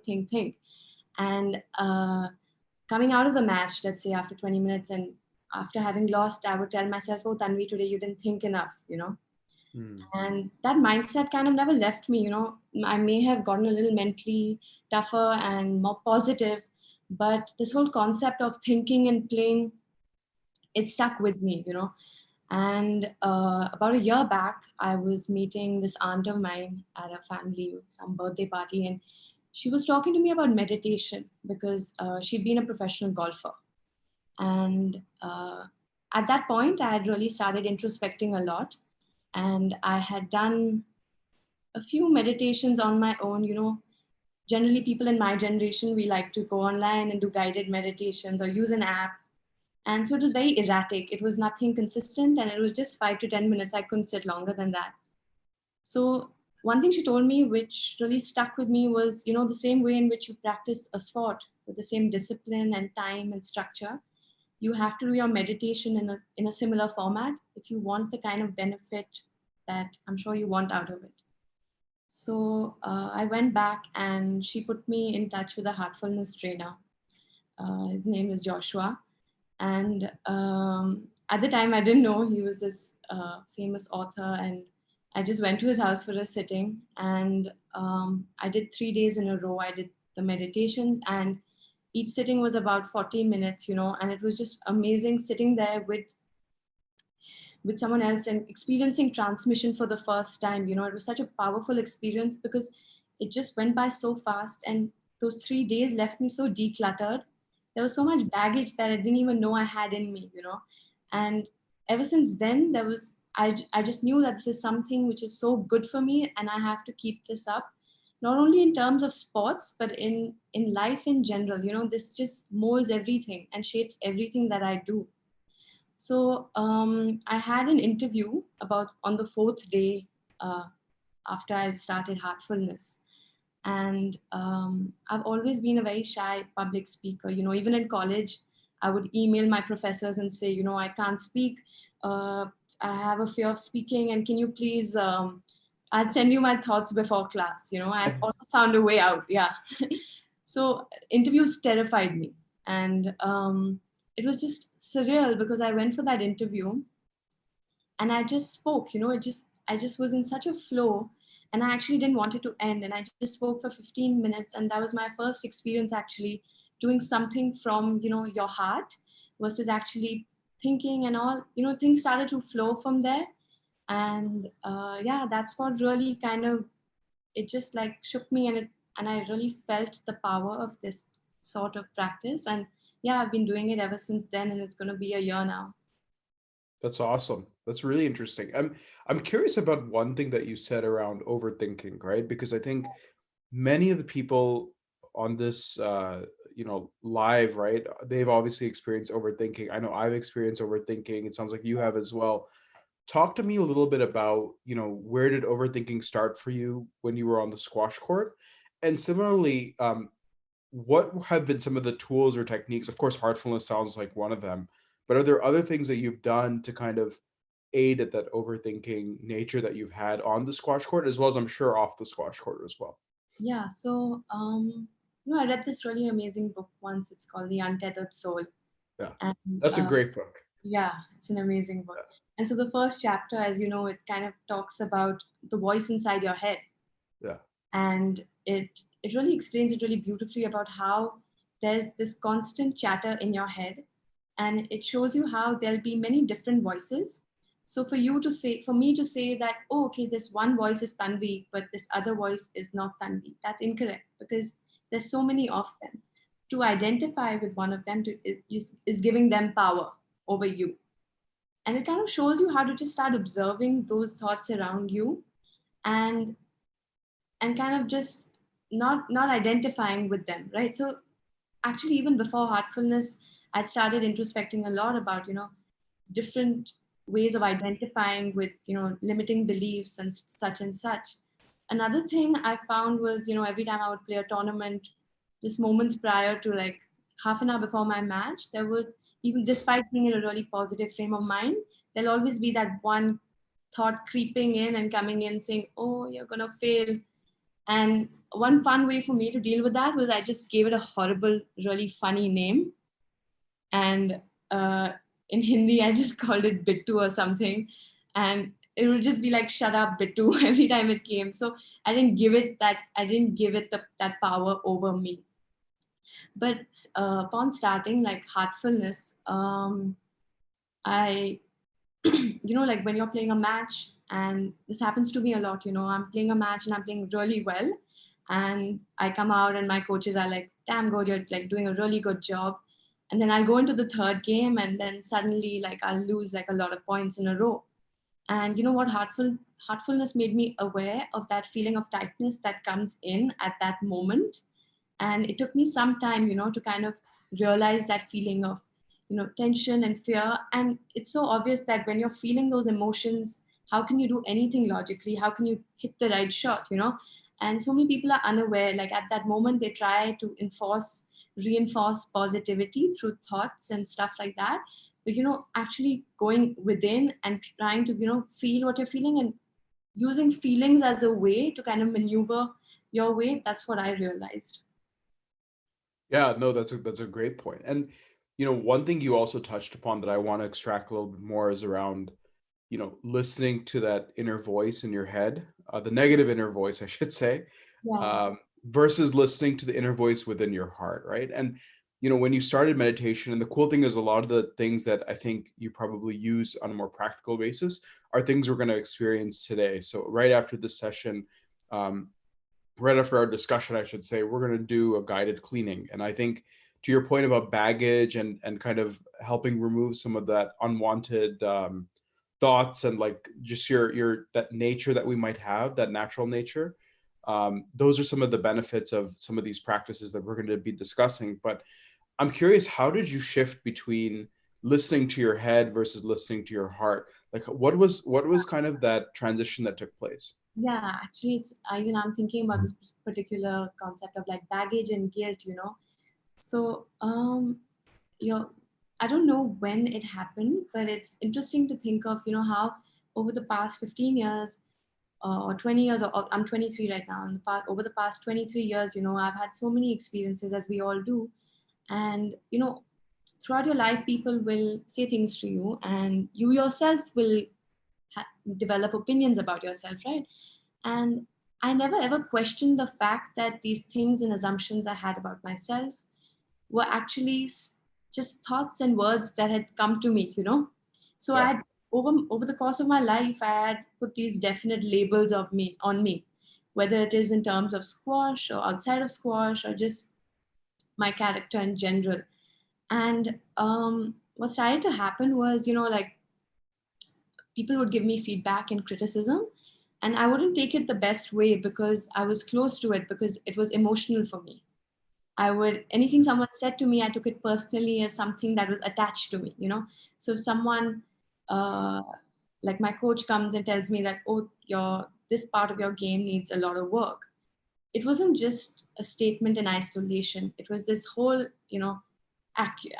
accusation that he like gave to me. So what actually happened is, once you start meditating and I kind of started sensing my own rigidity, like when someone gives me feedback and I noticed that tightness in my heart, it kind of helped me go inwards um, and focus more on what I'm feeling from within versus what's happening in my environment around me.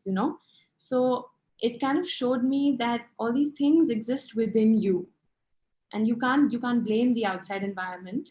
And these are your own beliefs. No one is accusing you of anything. This is something that you think of yourself.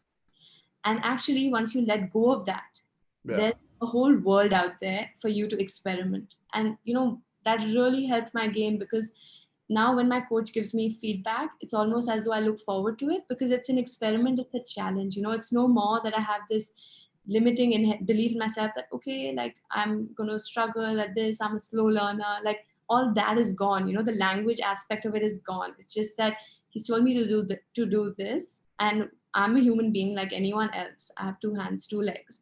What should stop me? The only thing that stops you is up here. So that was a big change for me, because for a large part of my life I had this guilt and low self-concept, and I really carried it with me for a long time. And I never knew that and what's amazing is that when you start meditating, it's not that I'm actively working on these things. Over the course of time, it just starts happening on its own. Yeah, it's almost like it gets self-corrected. Yeah. So in college, I started reading a lot of literature. I got really interested in introspection, and I felt this restlessness. I felt this void in me. And something kind of just pushed me to begin that journey. But it's amazing how different it is when you meditate, because everything you read, you suddenly start imbibing it in just like in a matter of seconds, without that thought into it. So yeah. Yeah, that's interesting as well. What about in terms of your impact that I think things like overthinking have had off the or on the court as well. So was it that for you going onto the court, you would think a lot about failure, or was it placement of shots, or was it what the other opponent was thinking, or like what kind of got you away from that? And obviously, I I think mean, you continue to do well, so, there's some benefit that's going on. So I'm curious about that. yeah, I think it's just that just I'm quite like hardworking. So when I feel like I put in so much hard work, and then you have that fear that everything you've done is now just it's not going to add up. You have Yeah. so that's one worry you have. But then also it's this whole like, concept of recognition. So when you're playing in practice, there's no one watching, so there's Yeah. no pressure. And suddenly, I mean, you think that like most of the audience that watches you most of the time, they've not played squash, but still, just like when someone comes and watches you play, like that entire dynamic changes. So I think for me, a large part of growing was just getting over that, just trying to play for myself versus focusing on what's going on outside of the court. Yeah. This kind of you can take this example outside in the context of relationships, and how a lot of us, we do a lot of things just for that recognition. And I mean, human relationships are so important. It's so important to give and take and share love. But when you stop craving that validation, I feel like it makes a big change, and it gives you so much self-assurance, because you feel so happy when you're actually the one giving yourself that validation. Right. Right. No, that makes sense. What about, a lot of the people on the webinar today, right? Some of them are practicing meditation, some of them are interested in meditation. There are probably some people that have nothing to do with meditation. They just want to hear a squash player talk Yeah. about their experiences. But uh what would you say to people, in that moment that your aunt asked you to try meditation, this is going to help you? Um, was there any doubt around practicing it? Or obviously there are many squash players who are highly successful, and not just in squash, but in every realm of life, who practice, have a self practice, and then many who probably don't have a self practice. So was there any sense of hesitancy or skepticism? And what would you kind of say for folks that experience that? Because I know, for example, for myself, I've been practicing heartfulness for 7 years now. So I'm 24, so it's been an interesting journey through, I think, like critical periods of life, all the way from high school till past college, of where a meditation practice has been a part of my day-to-day routine. And for me, I see, obviously now as a trainer, a lot of different types of folks coming, and their wants and needs and their inhibitions towards a meditation practice. But I'm curious if you had any kind of hesitancies around that as well. Mm-hmm. Or did you just say, listen, my aunt knows what she's talking about, I'm just going to do it? No, because she was speaking from experience. When you talk to people, and when you talk to people who actually like walk the way, it makes a difference. She was a living, breathing example of someone who practices heartfulness. And similarly, like when I go for sittings with trainers, there's this lady I go to in Delhi, Suparna, and I also go to Joshua. There's something about their essence. When I see them and I talk to them, and when you have someone in close contact who is doing all the things you aspire to be and to do, it really helps, because Sure. it rubs off on you, and you actually you see them and you're like, if they can do it, why not me? And that really pushed me. I also come from a family which is a lot of people are involved in heartfulness, so that pushed me. Yeah. Got it. Yeah, that makes sense. And similarly here, right? The reason I got into meditation is because my parents have been practicing meditation for a long time. And so I think having those examples and kind of seeing it to believe it, at least for me, has been really critical, because naturally I would say I was a pretty skeptical person, or I always question, why would somebody do what they're doing? But it's very different, as to your point, as when you see like living examples of where you want to be in the future in different realms of life, right? So of course spiritually, but materially, and what, like you were saying regarding relationships. And I almost felt like the people that I saw that were practicing like this meditation as well as other meditations, they had something unique about their essence, to your point. And that kind of led to the way that they behaved and their approach. So that makes total sense. What about, I mean, for you, from here on out, I mean, what have you kind of changed in your routine? Or like, obviously a lot of mindset and excellency comes down to consistency, I found. So what has been big for you, from college, and then now, what have you focused on? Or like, what has been like some of the things that you do on a day-to-day basis?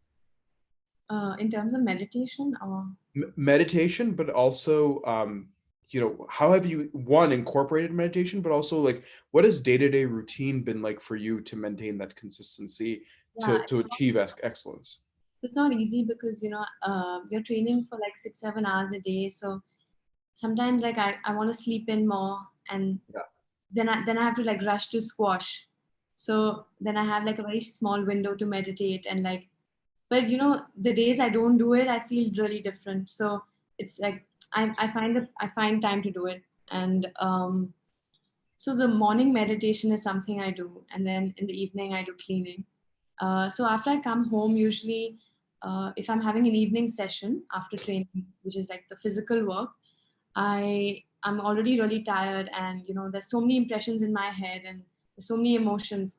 So to be fresh for the next session, I make sure I do some cleaning before, and also afterwards a little bit, because you're coming home to like family, and there's this little a bit of entitlement that comes. You worked for like 7-8 hours, you've been slogging, and you come home, and someone says something to you, and you just snap at them.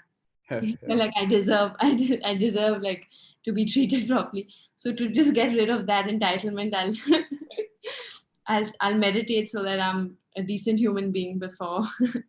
Yeah. Got it. And what about like your daily routine? Like, do you do anything in the morning, like when you wake up? do you, I don't know, do you have affirmations and then you practice meditation? Or, different people obviously practice different things. Like I get up every morning and I drink a cup of coffee. Like for me, like that's what I need to kind of kickstart the day, and then I'll sit for meditation. So I'm curious if there's anything like that. I just have a bath and then like I meditate, but there's something I've been trying out called, everyone has been talking about it. It's called the Wim Hof method. Yeah.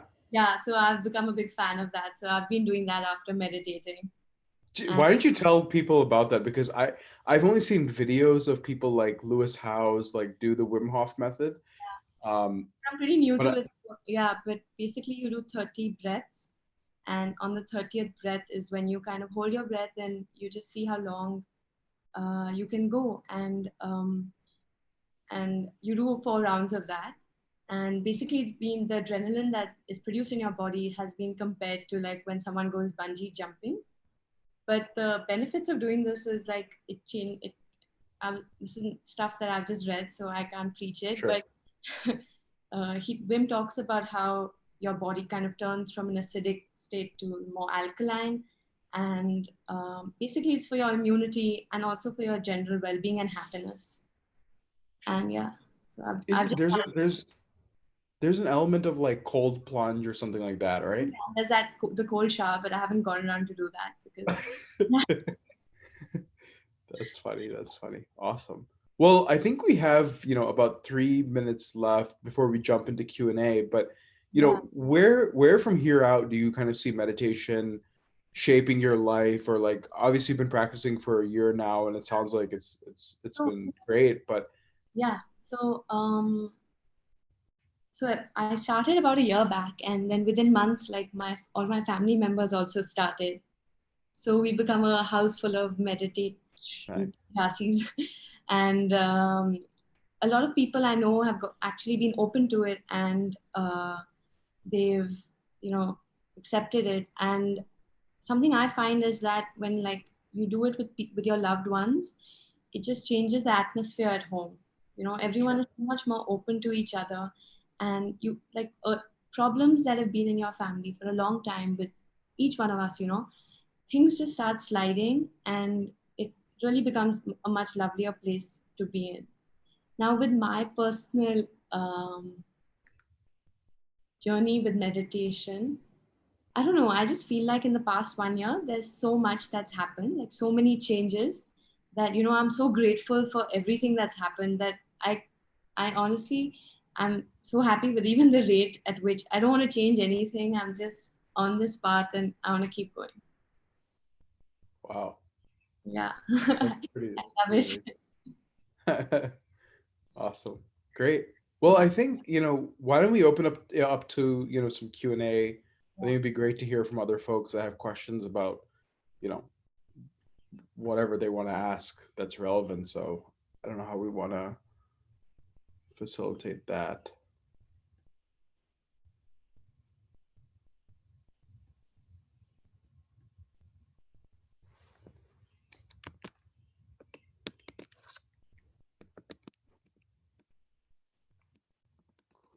Okay, great. So I think they're working on Q&A.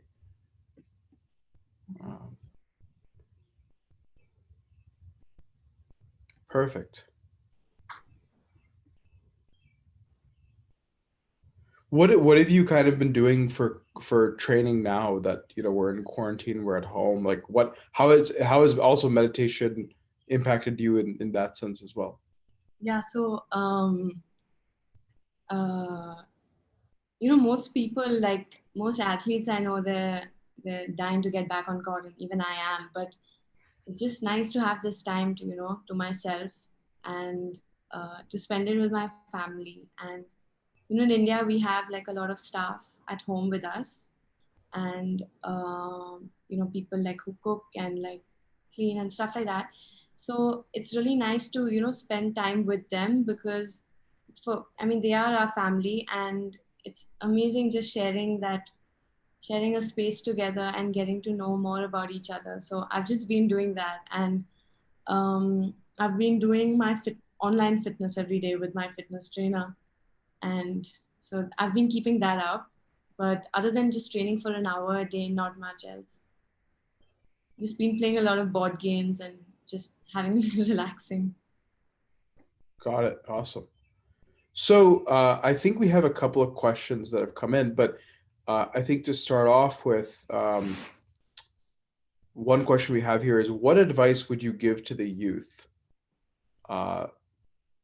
You could craft that the way you want about what advice would you give the youth about, I don't know, mindset or meditation. So I'll kind of let you kind of take that the way you'd like.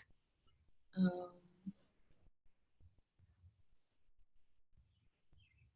if you're inquisitive and you're on this path where you like to introspect and you feel like there's something more that I could be doing, you definitely should try meditation, and especially the heartfulness way.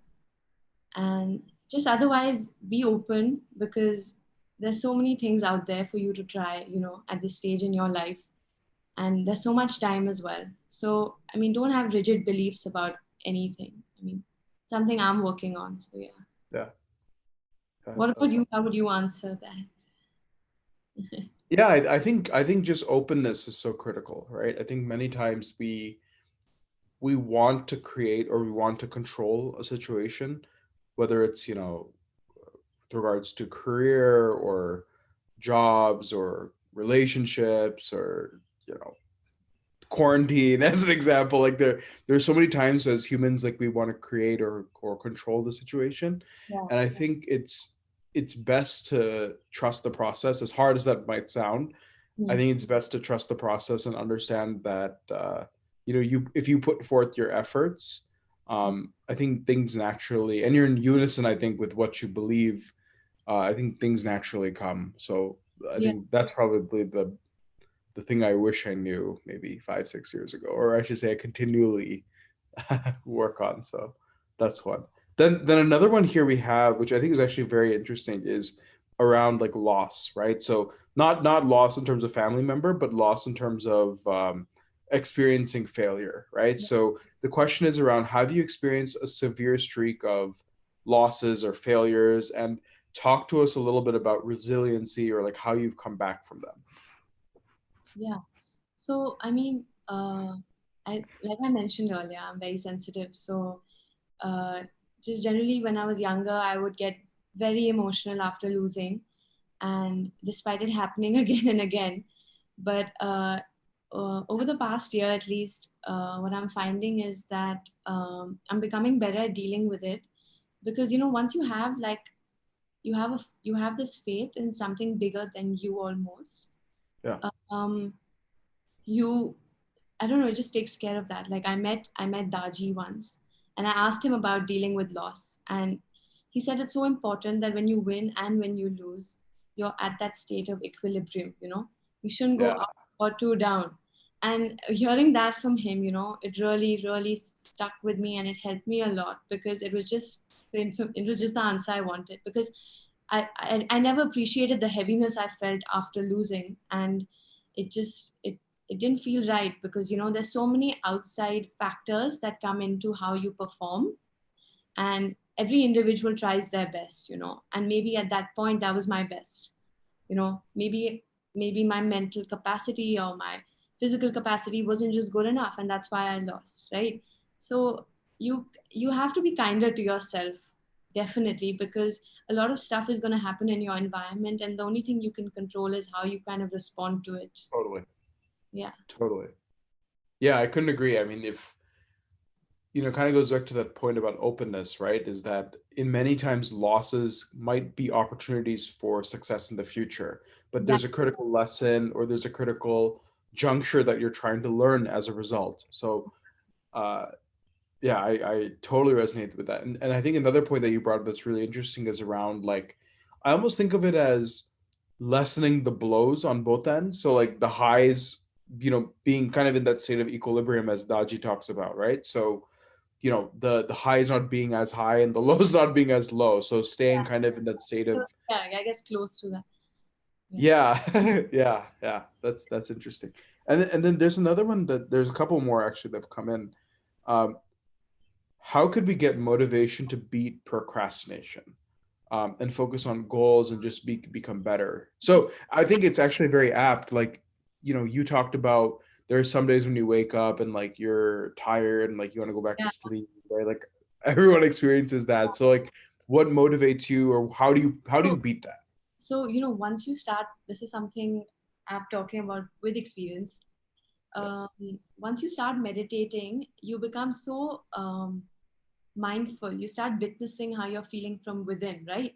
So, anytime you're doing something where you start procrastinating and you get that answer immediately because there'll be a tightness that follows. Whereas when you do something that you actually enjoy and love, and you could be procrastinating and doing something you love, that's fine. But when you're doing something that's not adding or contributing to your life at all, you always know. So it's just, Yeah. I think it's just about listening to that voice inside of you, like not the one in your head, but the one in your heart. And the more and more you start paying attention to that, you'll start following it uh, because that rest, you just want to escape that restlessness in your heart. That makes sense. Yeah. And what about for you, right? Like, what do you just, to be more applicable, right, for folks that might be wondering, if you are procrastinating, is that something that innately comes to fruition for you? Like, does that come to the top because you're more tuned with your heart and your heart is saying that, hey, you need to stop procrastinating? Like, is that how it works, or is there something else? No, it's like, yeah, it's not so much that I use the word like procrastinating. I'll be like, you're just doing something for the sake of it, and this is a moment where like habit kicks in, and you actually have no control over what you're doing. You're just staring at the TV, or you're, I don't know, on your phone, on Instagram, and it does come to my mind, and sometimes it's not easy. Sometimes you just want to do it. You're like, I don't care, I just want to watch TV. But over time, you start feeling so good when you're doing other stuff that you don't feel the need to do so much of the bad stuff. Sure. Yeah.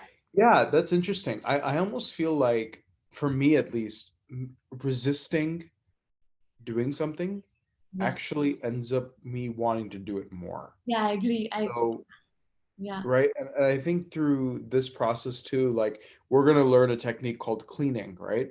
And doing something like cleaning for a few minutes uh, before I want to go do that activity, right? Whatever that might be, I think is really beneficial. Like, it can be, as simple as, going for a run versus like staying home, right? And like, it just gives you a chance to rechannel your thought process and just like recalibrate, or like go to that state of equilibrium Yeah. again, to have like a fresh state of mind even before making decisions, right? So Oh, yeah. that's been interesting. So a couple of more here. um how do you deal with temptations? Like, don't you feel like you're missing out on fun that people are having when they're 23? Like, obviously in college, like being a student athlete, Yeah. there's probably a lot of pressure there to like No, so do I did. well. Yeah. Yeah. So I did it till it was fun. I didn't, like you said, I didn't try to stop myself. I recently became vegetarian like 6 months back. It's not that I planned it. It just happened. Yeah. So it's like I used to love going out and meeting my friends and partying a lot. And over time it just didn't have that same effect for me. I still love meeting my friends, but maybe in a different setting. So I wouldn't say stop yourself from doing things, when they no longer resonate with who you are as a person, then the shift will automatically come. You don't have to try and make these rigid changes. You should just do where your heart guides you, basically. Yeah, makes sense. What do you do to prepare yourself before you go into a match? Yeah, so get a good night's sleep the day before the match. Wake up in the morning, sometimes early for a hit. So I'll go and hit at the squash court. Then I'll come back and maybe do I'll meditate for sure, like 3-4 hours before the match, or maybe 2 hours before my match. And just on the way there, just think of like some of the stuff I discussed with my coach, and get my warm up in. But I don't like to watch too many people playing, because there usually matches happening in before you get on. So I find that when you start focusing and watching other people play, the thinking part of your brain gets active again. And so I just try to avoid that and just try to be by myself. Yeah. I think being Yeah, by myself is an important one. Just try to, sure. yeah. Yeah, that makes sense. And one more question, I think, then we'll jump into the guided cleaning. Um, so how do you maintain a balance between sports and, education? Between sports and education. Um, so I went to college. To be honest, I went to college with no interest in studying at all. I'd just been playing squash, and I don't know how I got into Columbia, but I did. And I, I don't want me to sound rude, but my education didn't kind of prepare me for what was in store for me. So that first year was a real struggle. And but luckily we and my school taught me how to like figure a way out. So I was quick to adapt. And it just happened that I was in this class with this one professor, and she had such an impact on me. Just like you said, when there's a person with a certain essence and it just rubs off on you. And ever since then, I was so interested in academics. And so it was not so much, a need to balance squash and education. It just, my love for like studying and learning, it just came out of love. It was not something I imposed on myself. So I feel like you should pursue what you love. And, as long as you have a mentality where you're trying to learn in every little aspect of your life, like that's education enough. Yeah. Yeah. Yeah, that's very well said. It's like the traditional go to school and read from a textbook and listen to your professor. Like that is a part of education. But to your point, I think self-education is such a critical aspect of continuation, like lifelong learning, right? Like that never stops, Yeah. whether you're an athlete or not, probably.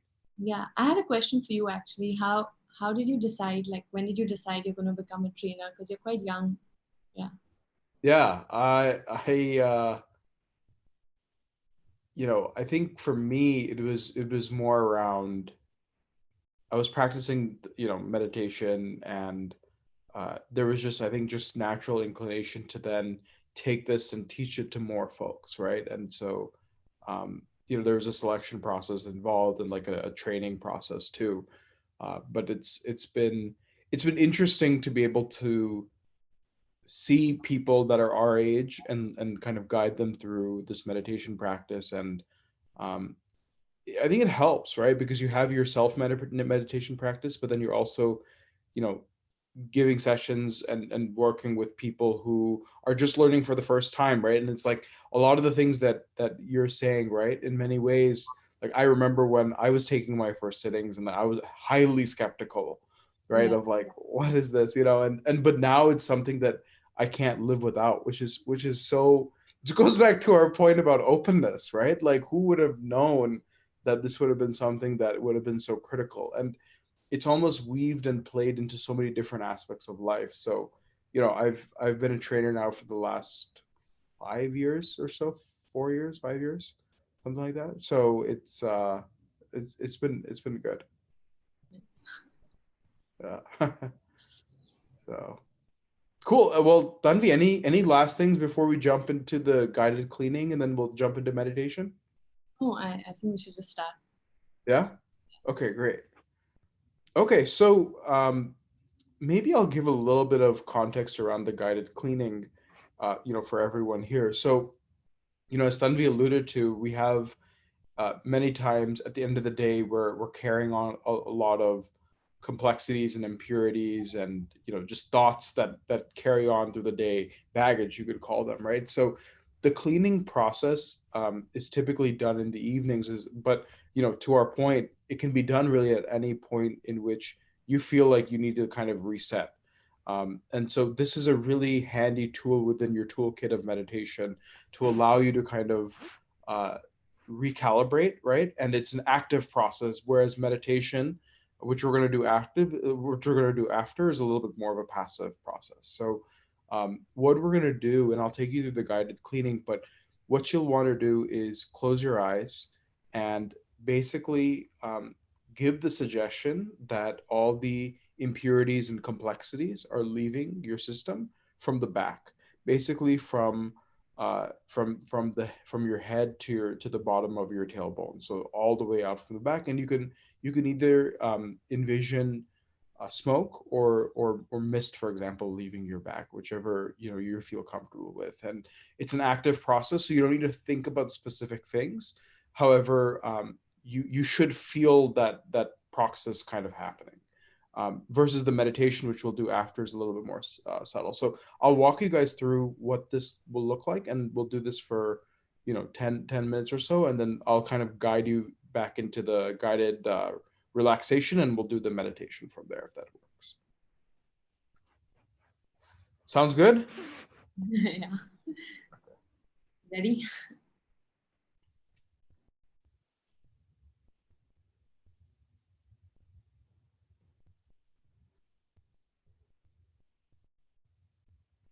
Sit comfortably and close your eyes very softly and very gently.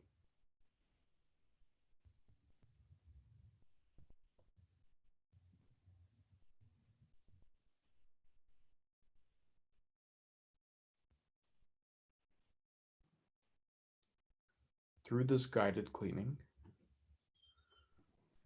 we're going to be giving the suggestion that all the complexities and impurities are leaving your system from the back.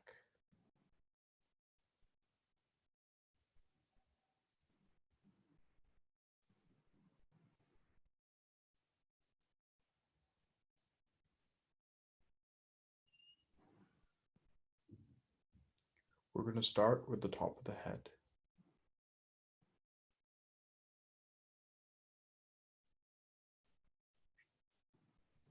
And give the suggestion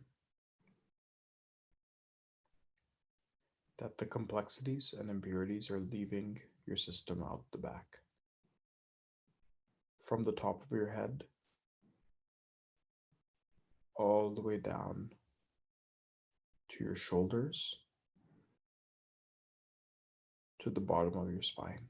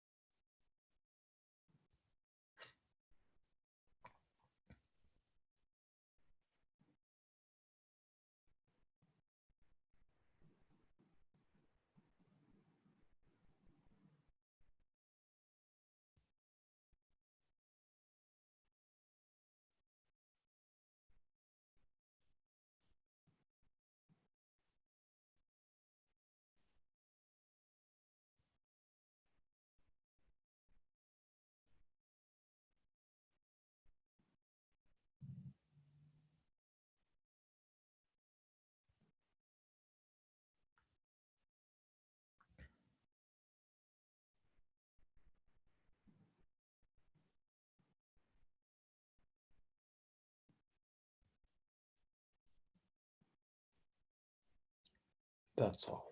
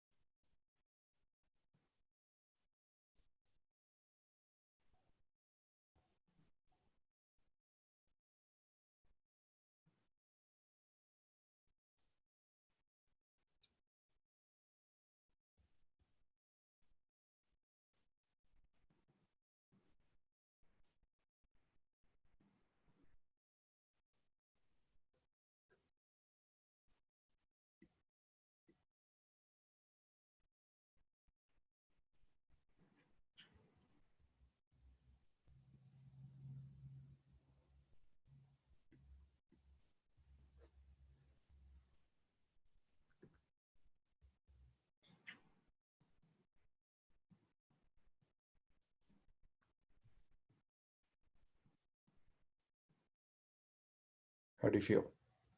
It's amazing. Yeah. Yeah. I just find like a few minutes of cleaning just totally changes the Yeah. environment, which is interesting. Exactly that. Yeah. You know, uh, um, I'm not like that okay yet with like cameras and public speaking and stuff. So it was my first time meditating on camera. But you know, even on opening my eyes, it had the same exact feeling that it does when I do it by myself. You know, it's amazing. Yeah.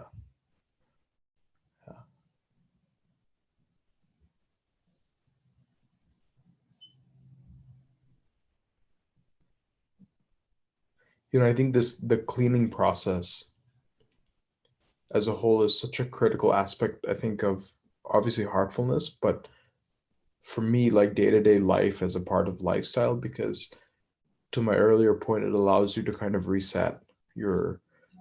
So your how often do you do it? So I do it once, usually sometimes twice if I need it, but usually once a day in the evenings. Okay. So the prescribed protocol, you could call it, is to do it once in the evening after your day's work is over. So for me, by around 8:30 is when I usually wind up for the day, at least work-wise, and that's when I do the cleaning. So, as you were saying, before you actually interact with family, so you're not snappy. That's that's a good way to do it. So for me, it's like before dinner. I find that that's like a good way to reset and then go into eat dinner. So it's uh, yeah, yeah, yeah. Are And we I think doing are we doing go ahead. another meditation or are we doing some more cleaning? No, so we're gonna do a meditation, but the way I think of meditation and cleaning kind of intersecting with one another is, and one of the guides, Chariji, explained it this way that, you know, every morning, let's say you were to go get water from the well, or I think he says milk, um, and you need to pour milk into a cup, or he talks about like taking a mug and taking milk, for example. Every single time you take milk in the morning, you need to wash the cup in the evening, or you need to wash the cup afterwards. Otherwise, the Yeah. next day that you take it, maybe for a few days, it'll be okay. But eventually, you'll come to the point in which the mug will start to get stains and then it'll start to mold potentially, right? And it just starts to wear. And it's very similar in meditation because, or in this practice, because you have the morning meditation, which is all focused around divine light in the heart. It's a little bit more passive, um, and it's a very subtle suggestion that you're using to then see kind of where that takes you. Versus with the cleaning, right, in the evening, it kind of it's this balance that you need to, I think everyone needs to undergo, which is why it's a part of this practice. Um, that allows you to the earlier point around removal of these like impressions and these complexities.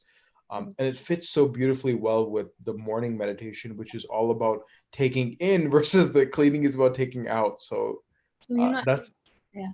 Sorry to interrupt you, but just like when I used to describe cleaning to my friends, I would tell them, it's like, how you feel fresh when you wake up in the morning. So cleaning is like waking up again. It's like having two mornings in the same day. that's good.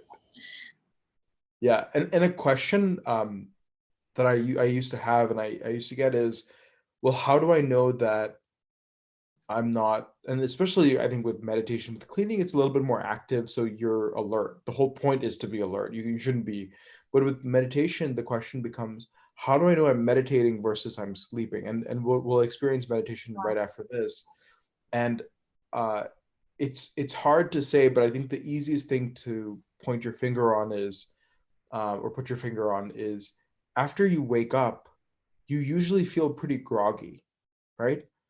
Versus after meditation, after you come out of meditation, sometimes you can get into those very deep states and like you feel very good afterwards. But after you come out of those meditations, you feel very refreshed, to your Yeah, point, exactly. right? And Yeah, it yeah, yeah, I know what you mean. Yeah, a lot of people ask me also, every time I meditate, I fall asleep. Is that good or bad? But yeah, you've given me a good answer.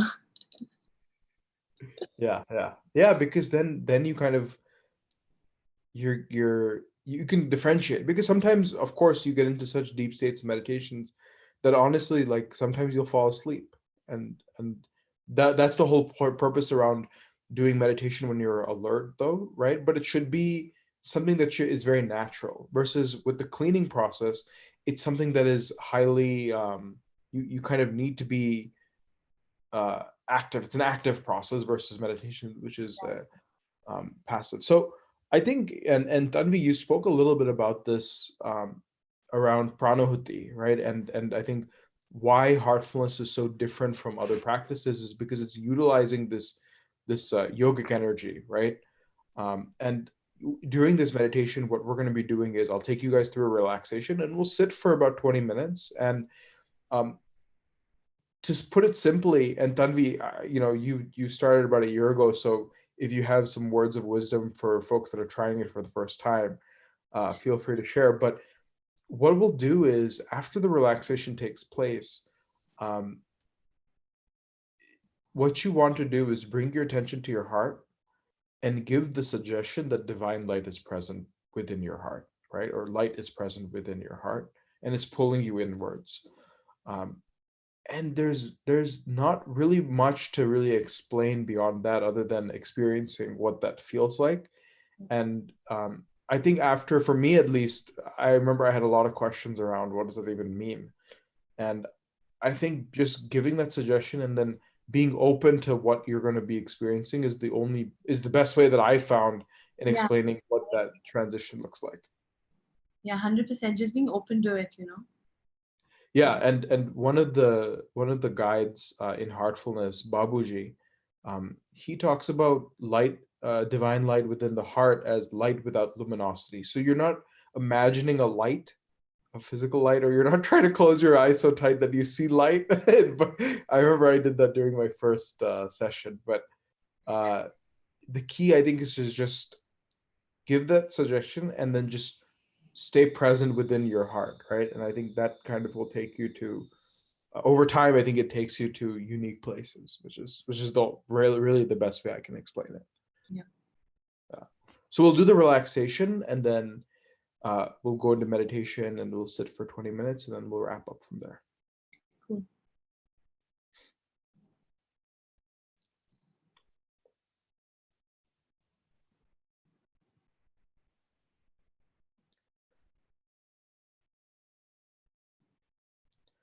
Sit comfortably and close your eyes. Very softly and very gently.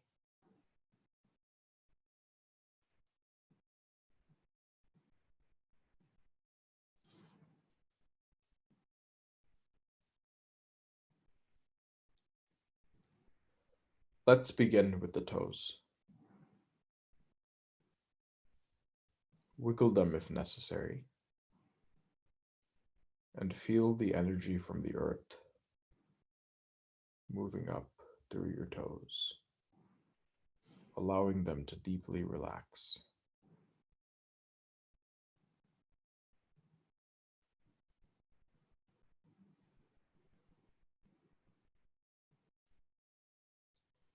Now let's let this energy flow up through your toes,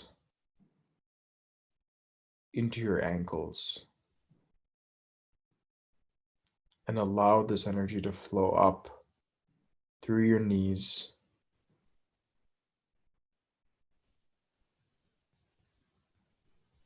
all the way up to your lower back.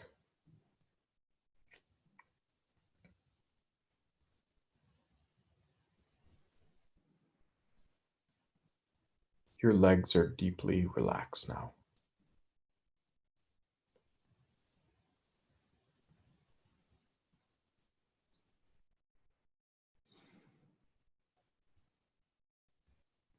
Now bring your attention to your lower back.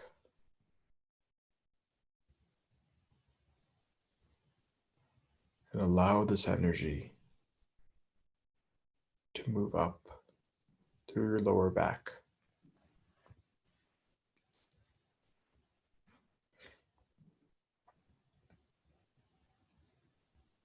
to the middle of your back,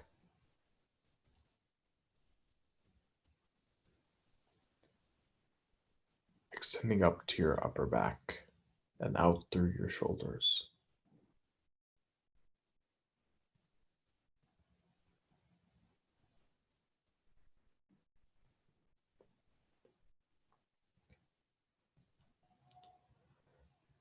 Now let this energy flow from your shoulders all the way out to your elbows.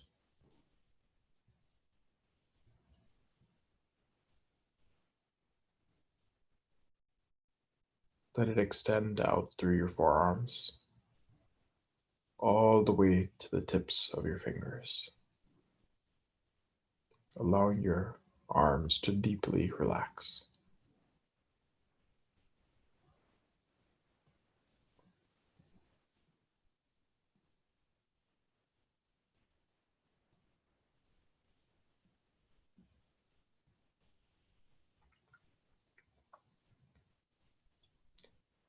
Now let's bring attention to your neck.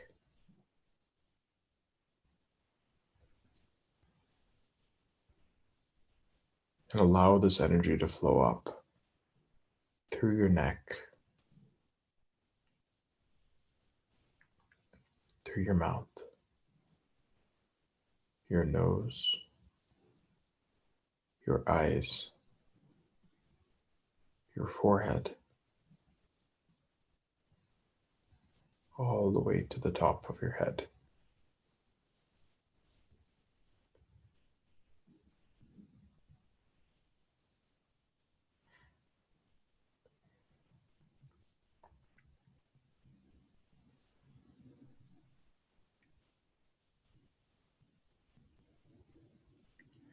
Now do a quick scan and make sure that no part of your body is left. And focus on untying it if necessary.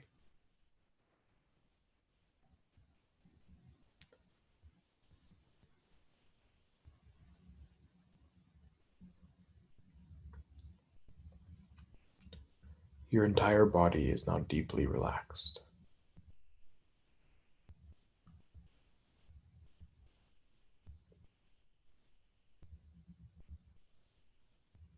Now let's bring our attention to our hearts and give a suggestion that light is present within and is pulling us inward. And we'll stay there until I say that's all.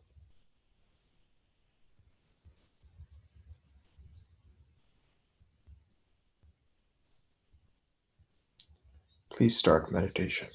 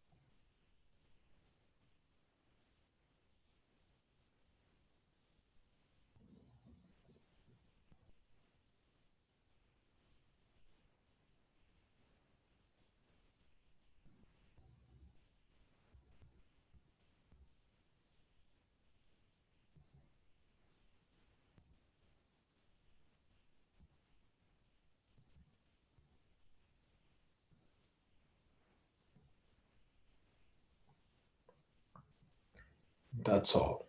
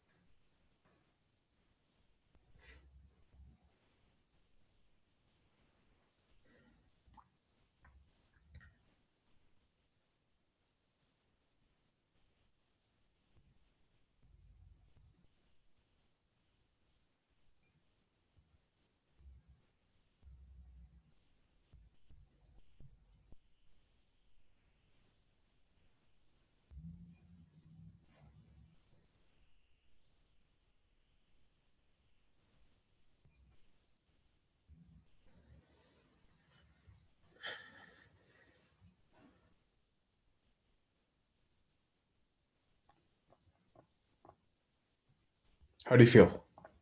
Thanks for that. It was amazing.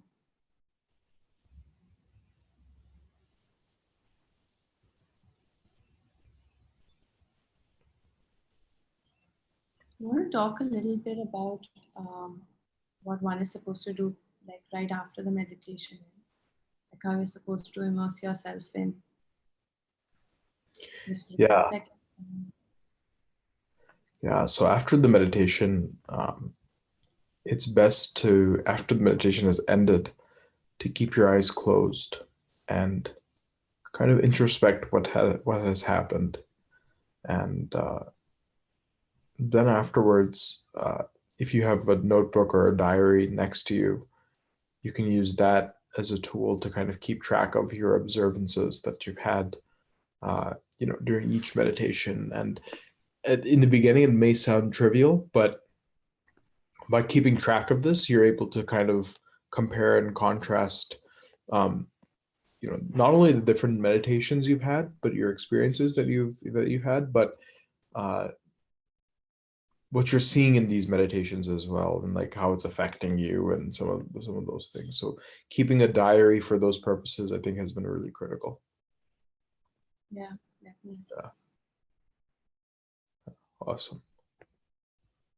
So I think that's all for today. So thank you so much, Tanvi, and for the organizers for putting this together. This was a lot of fun. No, for sure. And I hope someone somewhere got to learn something and took something from this. Yeah, me too. So I think, just parting notes. So I think the next session is at 6, and it's going to be on the same channel, and it's an interview with Shiv Kemka. And so I've heard a lot about him, but it's definitely something that you guys don't want to miss. So I think we're signing off, but I think Shiv Kemka will be on next. So yeah. Yeah. Great. Thanks, everyone.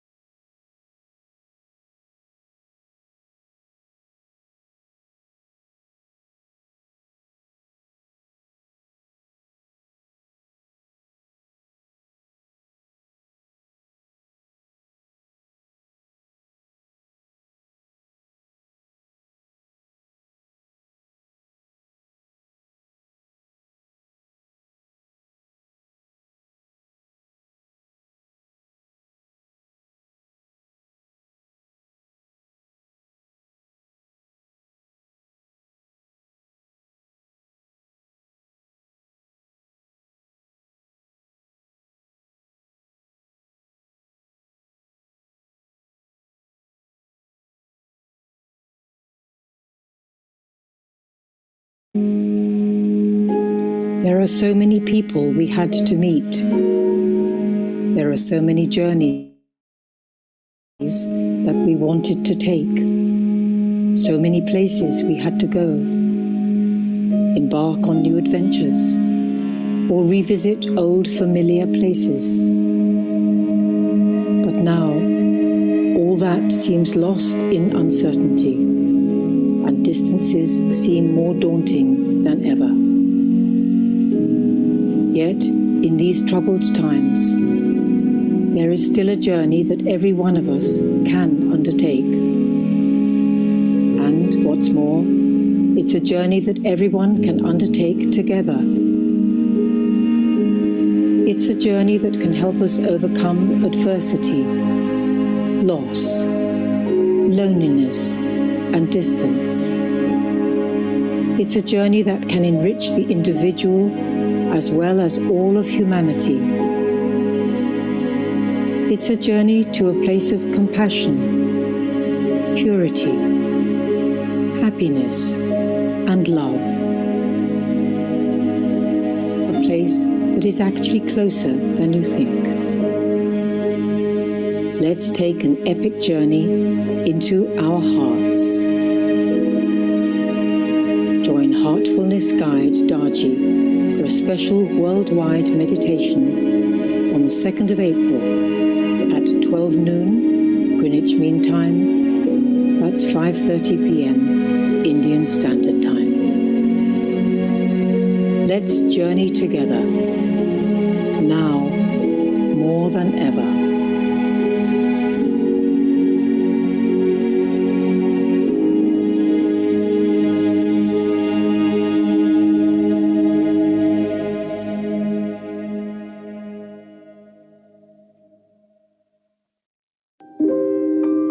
Loneliness. And I think the entire world, entire globe is gripped by this dreadful symptom we call loneliness.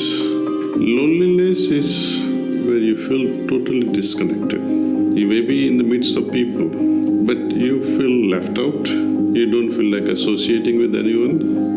You are all alone by yourself, arising out of some level of disconnect at emotional level. But this emotional disconnect makes one feel lonely. But there are times when you are all alone on your mountain house, still you don't feel lonely. You could be in the midst of a family, though you may be having dinner together, but you are on your own islands. So there is a difference between aloneness and loneliness. Psychologically speaking, loneliness has many faces. Let us say if you have inferiority complex also. Though you have loved ones all around you, but you have denied this connection. Nobody belongs to me. You have denied it.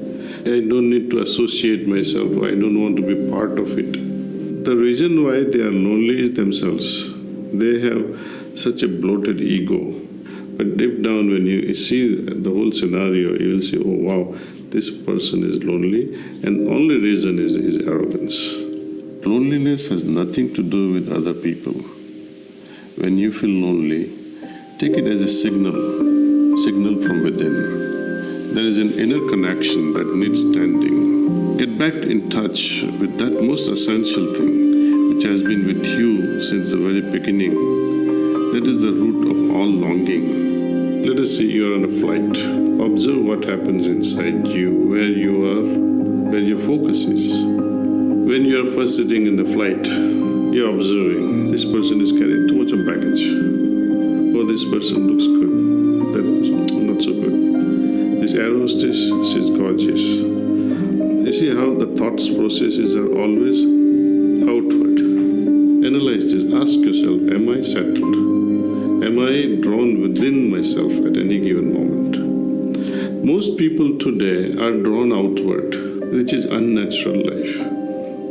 You're investing your energies into objects outside you.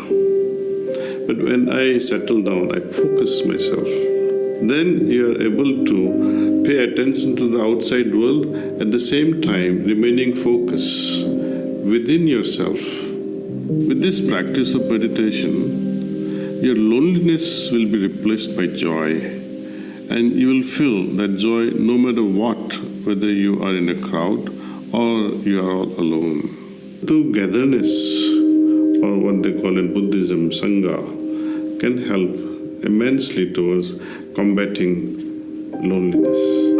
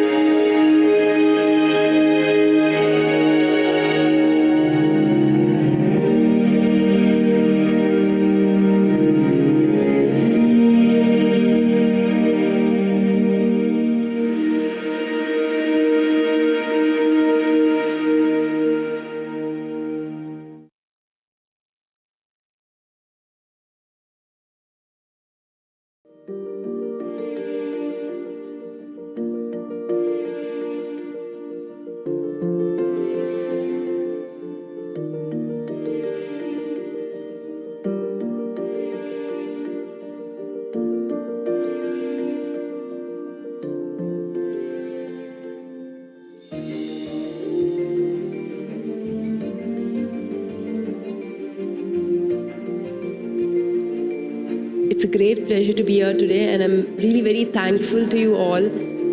I think because of your love and support and the blessings of Daji and everyone, I'm here. I used to think that I need to achieve something in my life. As you all know, we all have lots of ups and downs, and the success is not very quick and fast, where you need a lot of hard work. And it is not only about doing hard work physically, but also mentally. Your heart needs to be calm, and your heart needs to be just very peaceful, where you can do whatever you want. When I started off meditation, well, in the starting, I didn't know what it was, but months passed by, and it's almost going to be 1 year. Today, I'm very happy, and I can say proudly that it will definitely work, and it has worked. And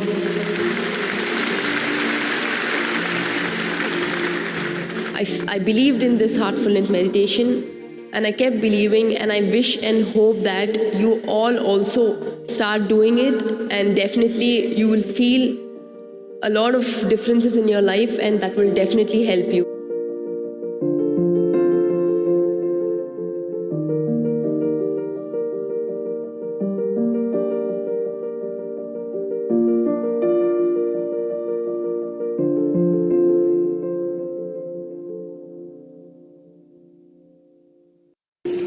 Youth, quite frankly, is wasted on the young.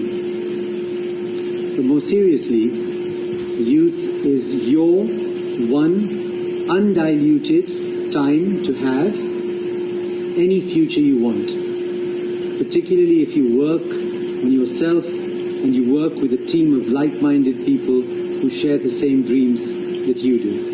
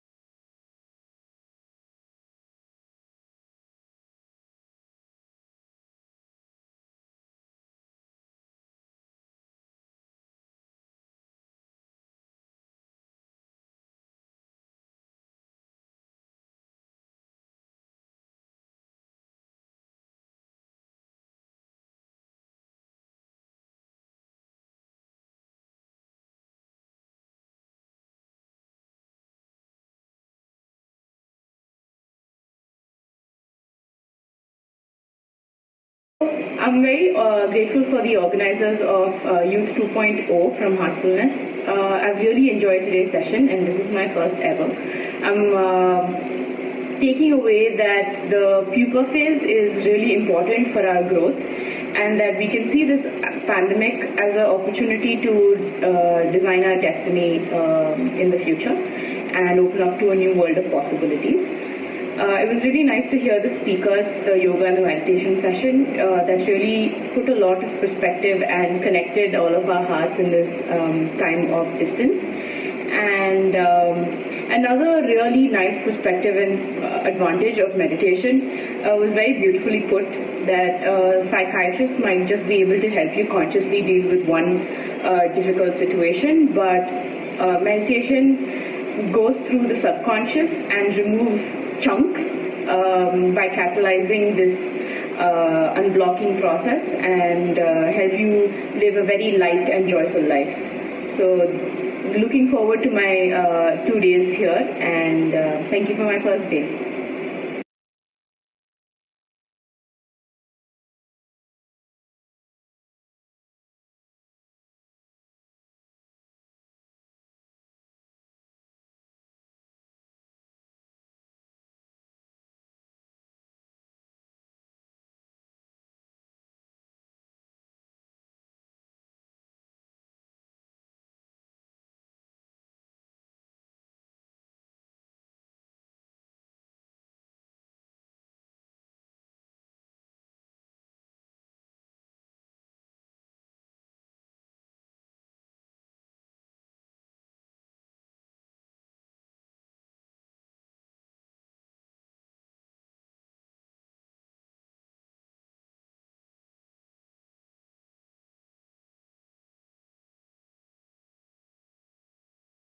Youth, quite frankly, is wasted on the young.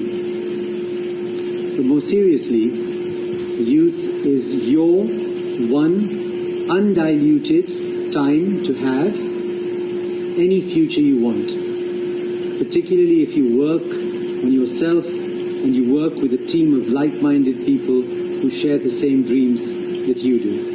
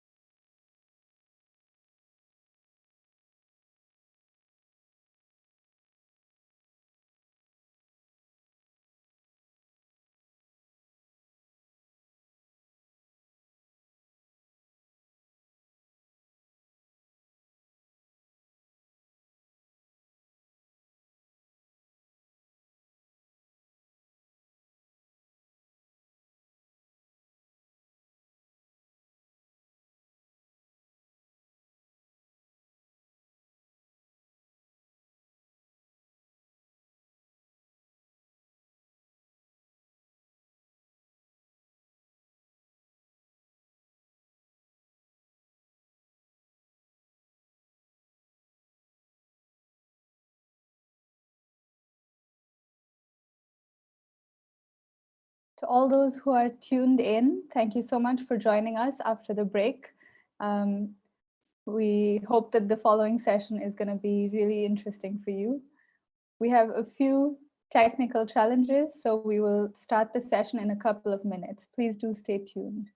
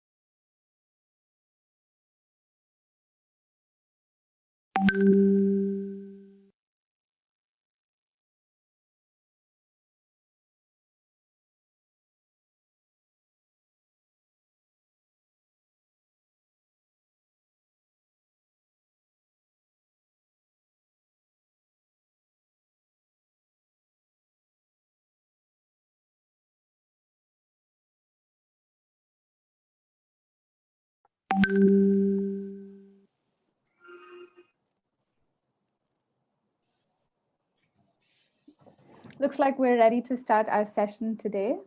Hi, Diksha. Thank How you are all you? for, I'm great. Thank you for joining us.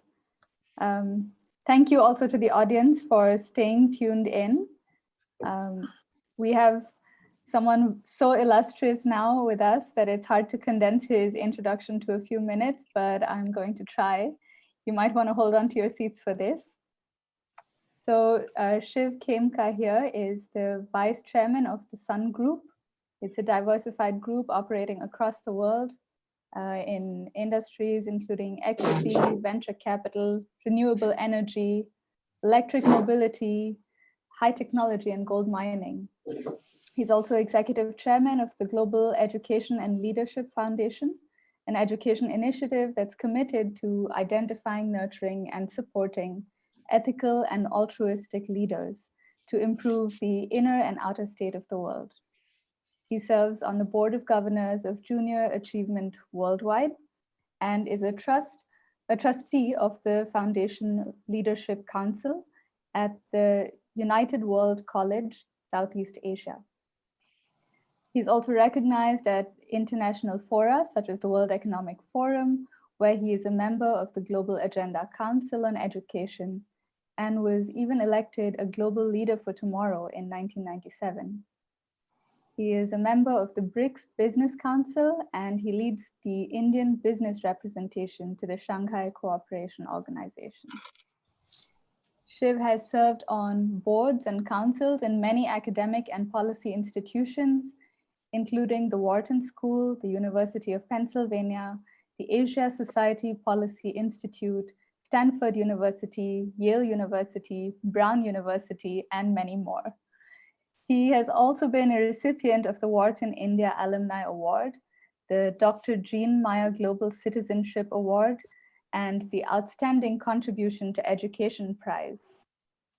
Shiv himself has studied at some of these prestigious institutions, starting at Eton, graduating from Brown, and continuing his education at the Wharton School of Business and the University of Pennsylvania. He speaks 7 languages, including Portuguese and Russian. And with that, I think this is a short summary of all the things he's done and achieved. I will move on to introduce the other speaker we have today, Teja Reddy. Teja was born and raised in Oakland County, Michigan, in the US. She studied mass media communications at Michigan State University and followed that with a master's degree in education and management from King's College London. Teja is the Chief Marketing Officer at HTC Global Services, which is an IT BPO services provider. It's based in the US with major operations in the Asia Pacific region, including India, of course. Having taken on her executive leadership role as the CMO just over a year ago, Teja is passionate about leadership and is keen on learning how she can become a better leader, both personally and professionally. Teja hopes that through leadership and meditation, she can shape herself to be an instrument of empowering and uplifting others. So with this power couple of Teja and Shiv, we will now hand it over to Teja to lead the conversation as she interviews Shiv Khemka. Over to you, Teja. Thank you so much, Deeksha, for the lovely introduction. I should have asked you to introduce me first. Shiv, so happy to see you. How are you? I'm well, Teja. How are you? Thank you, Deeksha, for the wonderful introduction. And good morning, Teja. How are you? Or good evening. Fantastic. It's great to see you again. Where are you right now? And how are you living during these unique times that we're going through? I'm in the US and hunkered down in self-quarantine with my family. So we're all here. Fantastic. Shiv, before we begin, I just want to say what an honor it is to be able to talk to you, especially during these dynamic times that we're all living through. Just from getting the opportunity to chat with you earlier, and from what I've already learned about you, I get the really strong sense of how deeply committed that you are to creating an ecosystem where young people can discover the leader within themselves and have a support system that they can flourish in. I'm also selfishly thrilled to be having this conversation with you as I've started embarking on my own leadership role, as you've heard in my intro, as CMO for my family's IT business.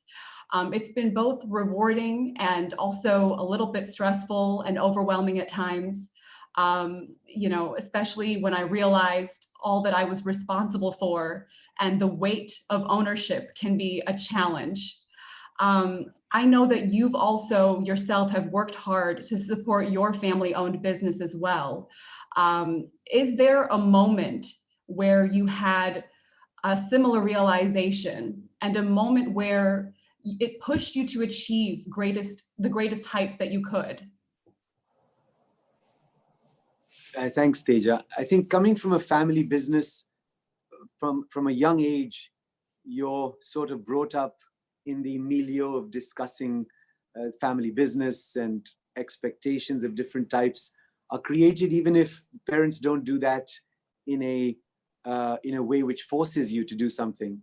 You just feel that you're in a relay race, you're carrying a baton, you need to make sure you carry the baton to the next generation. I've always looked at the feeling much more as a steward than anything else, a custodian of a tradition. And so in a way, it's been something from childhood, and it's been something that I've tried not to let it pressure me, but to feel like a privilege and an honor to be able to do that. Sure. I really like the idea of, you're just carrying the baton, you're carrying on tradition, and doing the best to not allow pressures to get to you, although it's definitely easier said than done. Why don't you, can you tell us a little bit more about, how you grew up and what, the role that your upbringing played and how it influenced your work ethic and your perseverance and your commitment to leadership and spirituality? Thanks. How long do you have? No, I'm joking. But I grew up in Delhi. I went to a wonderful school called St. Columbus, school where we had a wonderful education. Unfortunately, I had to leave India when I was 12 years old. I had bad asthma. My brother and I had to leave. We went to medical treatment in France, spent about a year there, learned French. And then my father decided he preferred us speaking English with an English accent rather than a French accent. And we managed to get the same medical treatment in England and ended up at school in England, at boarding schools. At boarding school in England, it was honestly a big shock in the beginning because we came from a very loving, warm, protected family home environment. And a boarding school is very different in the sense that it's, you know, it's a kind of microcosm of the world, as the world perhaps really is. But that was a great experience for me. And I think I became much more focused on who I was at boarding school, whether it was in terms of my self-discipline, in terms of my own personal journey, my own spiritual journey. I remember my mother gave me Gandhiji's autobiography, the story of my experiments with truth, to read when I was at school there. And that left a big impression on me because at school, when people are difficult, tough with you, the choice you have is to become bitter and angry, or to rise above it and find a place in your heart to be understanding, forgiving, kind as much as you can at that age. And that challenge was always a big, tough fight. But Gandhiji helped me through that journey. And then I came to school in the US, went to Brown University. Then I lived in Venezuela, Brazil, learned Spanish, learned Portuguese, went back to business school at Wharton. Then I moved to Russia, lived in Russia for many years, learned Russian. And now I'm back home in India, but traveling quite a lot as usual, except at the moment I'm locked down. I'm sorry, could you clarify how many languages did you learn exactly?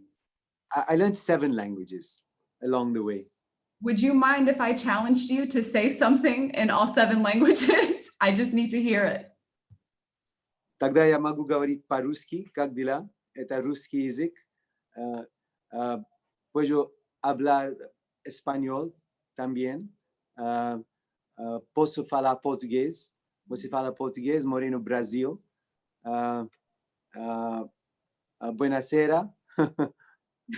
In Italian, English and Hindi, of course, I speak because I grew up in Hindi, you know, in India, and so I speak Hindi and English. So, but I love languages, and French, of course. Je parle français. J'ai fait mes études là, alors je parle français aussi. So. That's really impressive. I'm sure we have viewers from all over the world tuning in, and I'm sure many of them would really appreciate that. So thank you for sharing that. Kind of going back to what you talked about, your upbringing and coming from the contrast of a loving household and then being sent to boarding school, and then the role that Gandhi played, you know, in molding and shaping your character, it sounds like. Obviously, your parents are a critical part of your support system and have created such a strong foundation for you. From what I understand, Gandhi is also a significant influence in your life. And I've heard you say in many of your talks that your mission is to find the next Gandhis and the next Nelson Mandelas of the world. You know, these are historical people that, you know, obviously I've never met. Many of us in our generation have not had the privilege. We learned about them in school. These are people that have had a tremendous impact on history.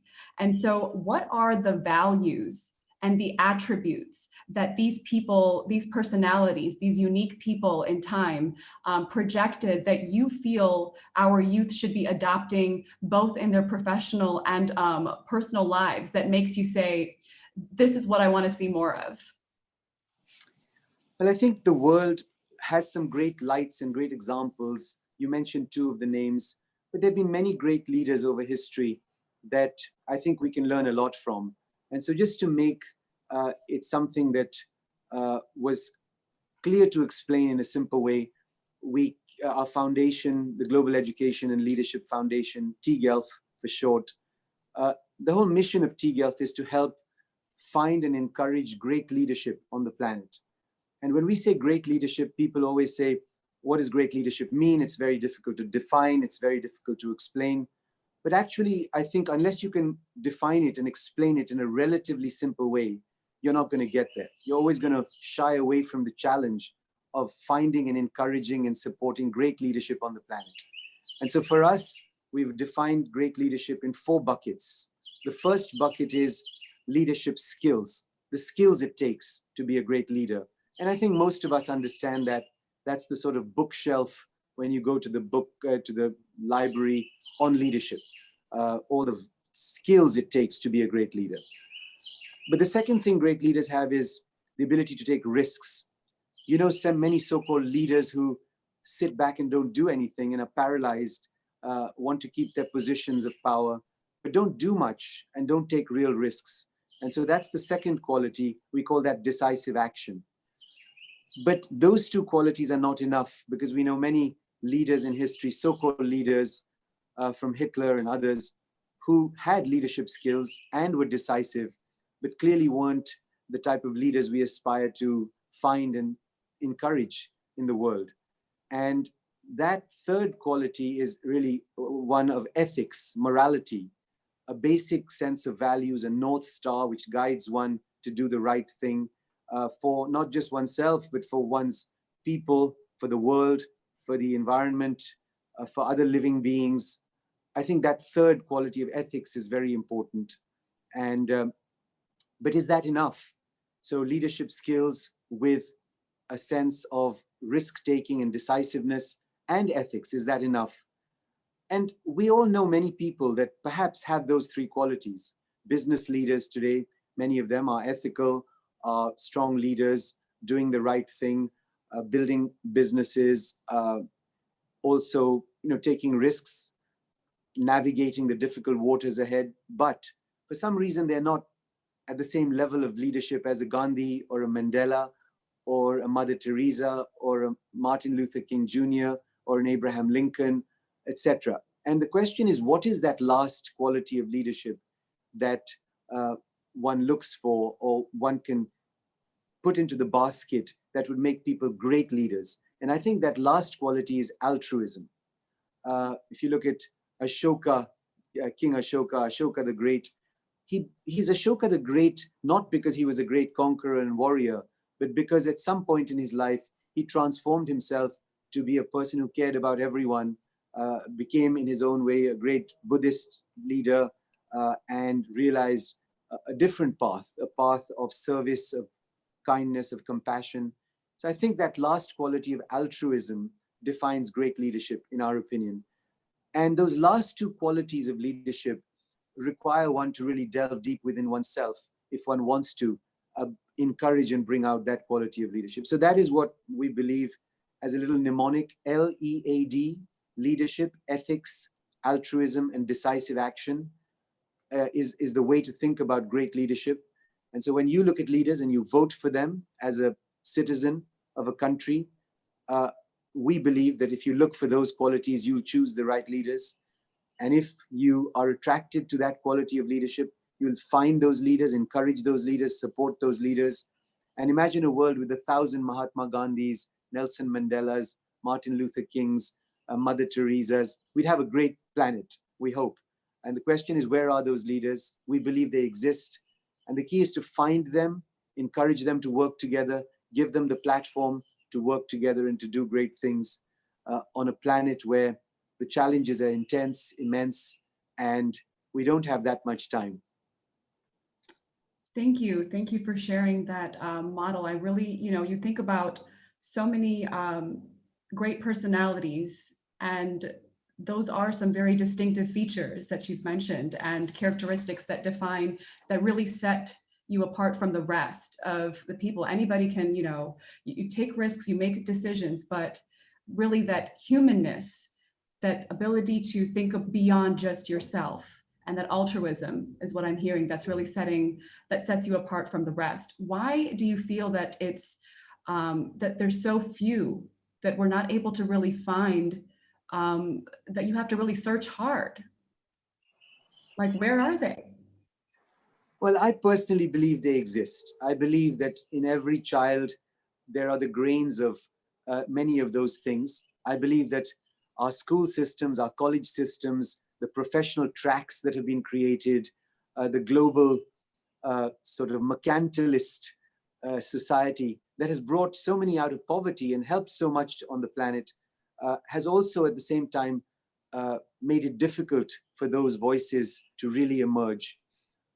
I think that this education system on the planet has been designed to focus on success in the external world. The Industrial Revolution, the Scientific Revolution, there's been a huge focus on the world outside us. And that includes medicine. Medicine to me is still the world outside us. When I talk about the world inside us, I really mean the world of our emotions, of our spirituality, of our love, of our kindness, of our compassion, of reducing hate, of reducing violence. That world, unfortunately, not much is done to train that world, the world of values. And that is where you will find those qualities which will drive great leadership. And so I think it exists. I don't think it's encouraged adequately. I don't think it's brought out adequately. I think people who have those values are often loners at school, are often considered to be people that, are a bit crazy, a bit weird, aren't going to make it, are too idealistic, etc. And I think that's a problem. We need to encourage that kind of idealistic leadership and try to build a community of idealistic leaders that can together take on the challenges that confront us. Absolutely. Absolutely, Shiv. I couldn't agree with you more. And, coming from that message, a very powerful message from a mentor such as yourself, I've actually had the opportunity to talk to one of your mentees and heard tremendous things about your mentorship and how you empower young people at a young age itself, and give them enormous responsibility and giving them the opportunity to take that responsibility and make their own decisions. How have you evolved as a mentor over the years? And how important do you think that it is for young people to have mentors today?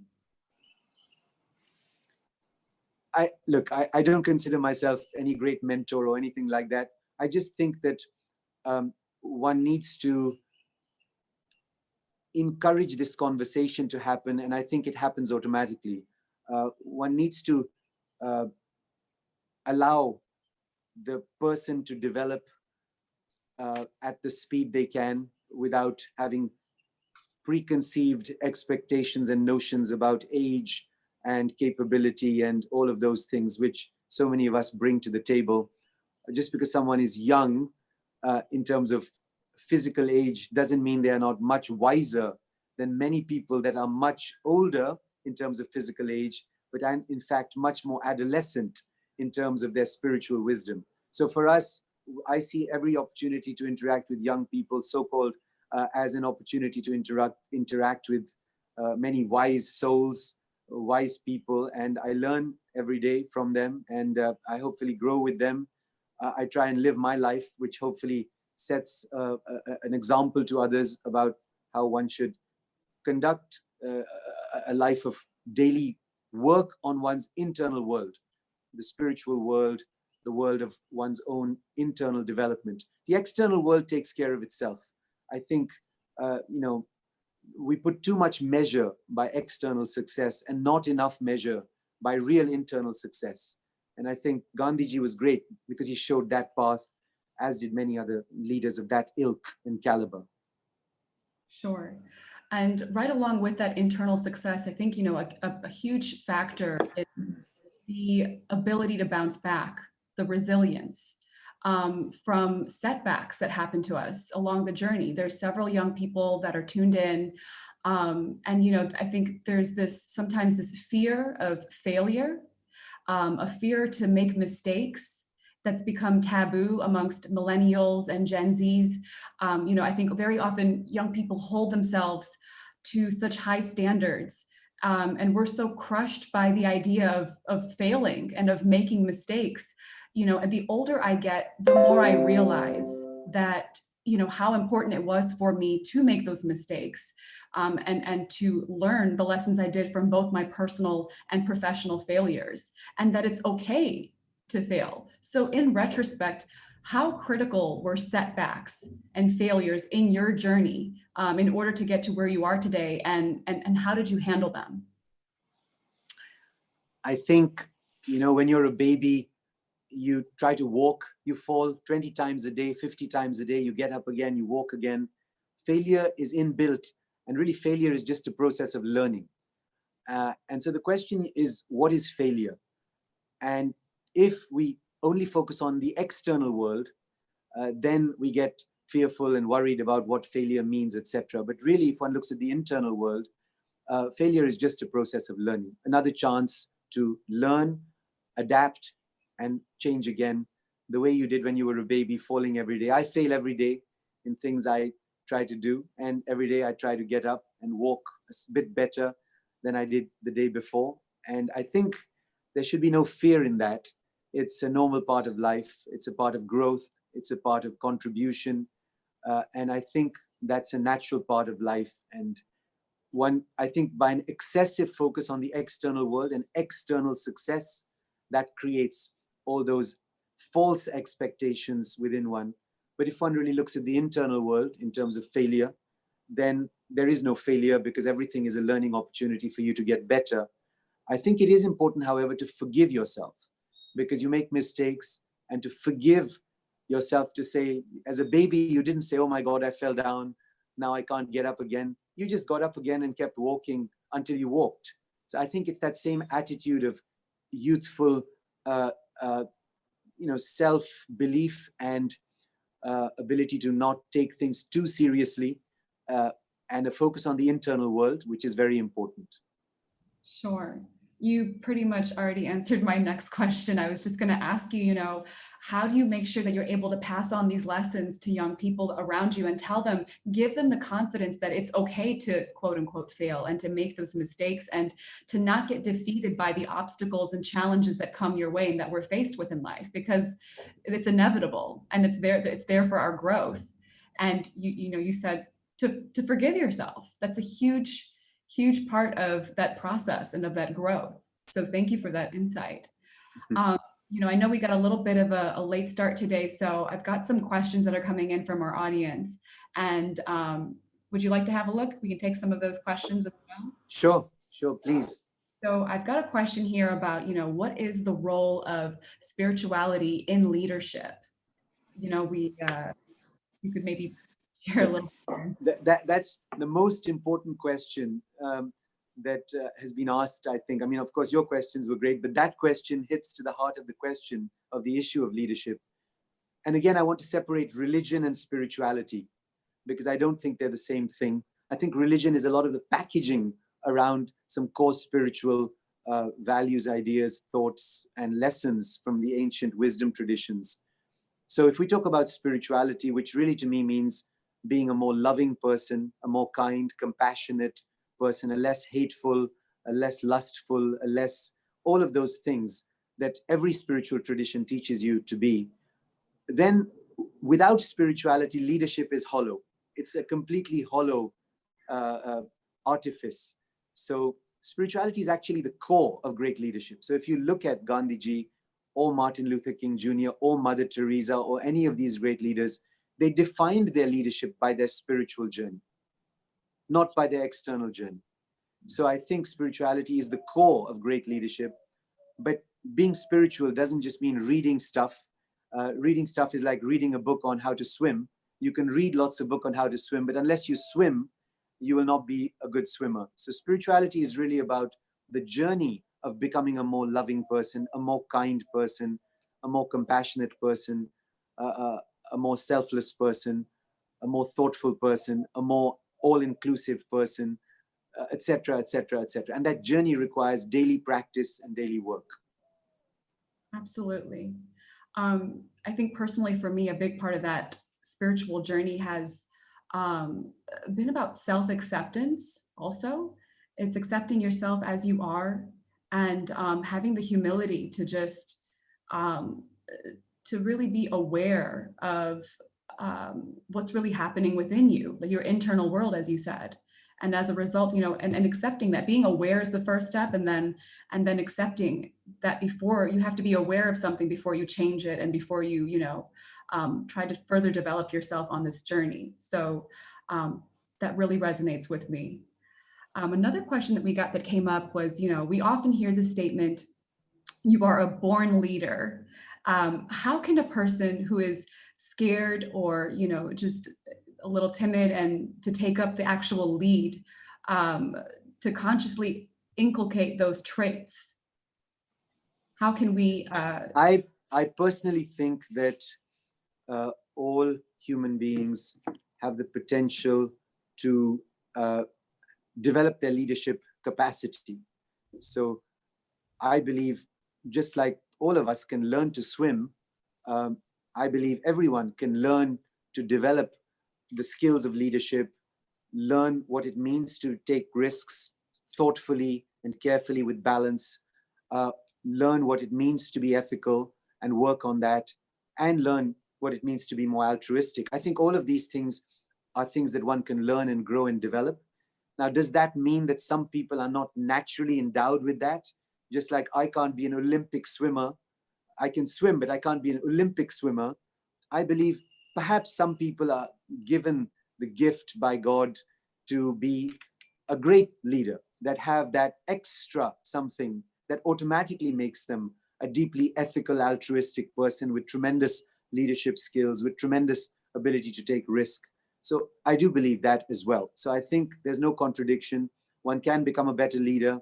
I think, in fact, one is obliged, one needs to be a better leader, because the world needs our leadership, your leadership, each of our leadership, to actually be the world we want to see. Look at us today. One tiny virus has destroyed the so-called success of how so many of us have defined our successes. Stock markets have crashed. Billions, trillions of dollars have been lost. Economic loss all over the planet. Many people have lost their lives, their loved ones, their families, their jobs. I mean, we need to come together as a human planet to actually think about a new consciousness, a consciousness of ethical, altruistic leadership, which will work together to actually make the world a place which is more in, or let's say a race, a human race that's more in sync with the world. The world doesn't need us. We need the world. We need the earth. We need nature, and not the other way around. And so I think it's important for us to understand that. And how true that is. And this virus has pretty much done that. It's forced us to have a look around and reprioritize and turn our senses inward and to really pay attention to what's important. And I think you're really in tune, and somehow the connection between you and our viewers right now is picking up very strongly, because literally speaking to the questions that are coming in. Another one that came in was, success. It's such a deliberated term. What does it mean to you? And how the definition has changed now for many based on what's happened today and over the past couple of weeks and months.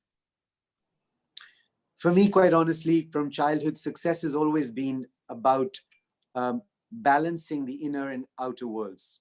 It's about making sure that my external success, so to speak, in terms of my career, my family, and the things around me, my community, my contribution to the community around me, all of which is external, is balanced by my internal success, which is all about daily spiritual practice, understand self-awareness, learning from the ancient wisdom traditions, improving, forgiving, growing, all of those things. So to me, it's been about balance in those two worlds all my life. And I really believe that it has been something I've been blessed with. And I think part of what we do at our foundation, T-Gelf, is to really encourage young people to balance external success and internal success. And that is not something that I find a lot of us do. I find it's imbalanced. There's a lot of focus on the external world and not enough focus on the internal world. So that's a really good point. And I think like a part of that also attributes to social norms and a little bit of competitiveness when it comes to the external world and external things, and trying to figure out what makes you happy and on that path to leadership and in just your own daily life. How do we as youth overcome the negativity that competition brings along with it? Like, how do we emerge stronger and come out of that as a leader? I think we think more is in our control than really is. So competition is really about, to me at least, the inner world. The external world is something where if you want to keep the balance of the inner world, excessive focus on the competition in the outer world, I think actually damages our ability to lead in the inner world. So to me, it's about the inner world. You may not be the most externally successful person, but if you're able to keep balance in the inner world, you'll always be able to be a happy, joyous person that is contributing to the world, living a life that is full, that you're setting a good example to your children, to the people around you. To me, those points about leadership are much more important than so-called success in the inner world, which I think is often misleading us, misguiding us to actual real success. Sure. You know, when you look at an individual, you've met a number of people and young people in your life that and I'm sure there's over time, there's key values and principles that you have that help you, you know, what I guess what I'm asking is, what do you look for? As if I'm a youth and I'm out there, when you're meeting someone, what is it that, what's that, that it factor, that X factor that you're looking for in an individual that, you know, sparks something and that makes you realize, okay, there's potential here. There's a leader here. Well, I try to see that in everyone, actually. I try to see that in every person because I believe it actually exists in every person. That seed of divinity exists in all of us. In some people, it's more apparent where it's in their attitude. It's in the, to me, attitude is very important. Is the attitude one of openness, humility to learn, or is the attitude one of, I already am very successful and I know what's going on and I know everything in my own life and kind of I've got it going and I did very well in my exams and I'm on top of everything. When the I becomes very loud, to me, that's a sign that the person isn't listening to their inner voice adequately, because the truth is, the more you live life, the more you realize that really, not only are you not in control of this whole beautiful life that we have, but the less we know, the less we're able to do, the less we are very, very small, tiny particles in this beautiful thing called life. And so I think humility is something I always admire, an attitude of openness, of willingness to learn, an attitude of being able to get up again and again, an attitude of kindness to others. These are all things I value very much. But I look for that spark in every person I meet. I try to find, I believe that spark exists in everyone. Sure. I'm going to switch gears a little bit and kind of shift a little bit more to a personal angle here. You have 3 daughters, and all of them whom are achieving success in their own right and in their own ways. How did being a father, you know, especially dad to 3 girls, change the way that you looked at success and spirituality and leadership and in your life overall? Well, first of all, thank you for the question. My daughters, I'm very blessed with 3 wonderful daughters. You know, I'll get into trouble if I don't say it, a beautiful wife and a wonderful mother. So all the women in my family are all very special. And to me, honestly, it's only made me realize how blessed I am. The blessings are what I focus on, to try and learn from them and their wisdom, and hopefully to set some kind of example to them in my daily practices like meditation, to guide them along that path. All of them went for 10 days silent meditation when they were 18 to Vipassana, and did it more than once, and you know, love the inner journey as well. And I'm very blessed with that. To me, that's the greatest blessing. That's fabulous. So that you all meditate together, is it?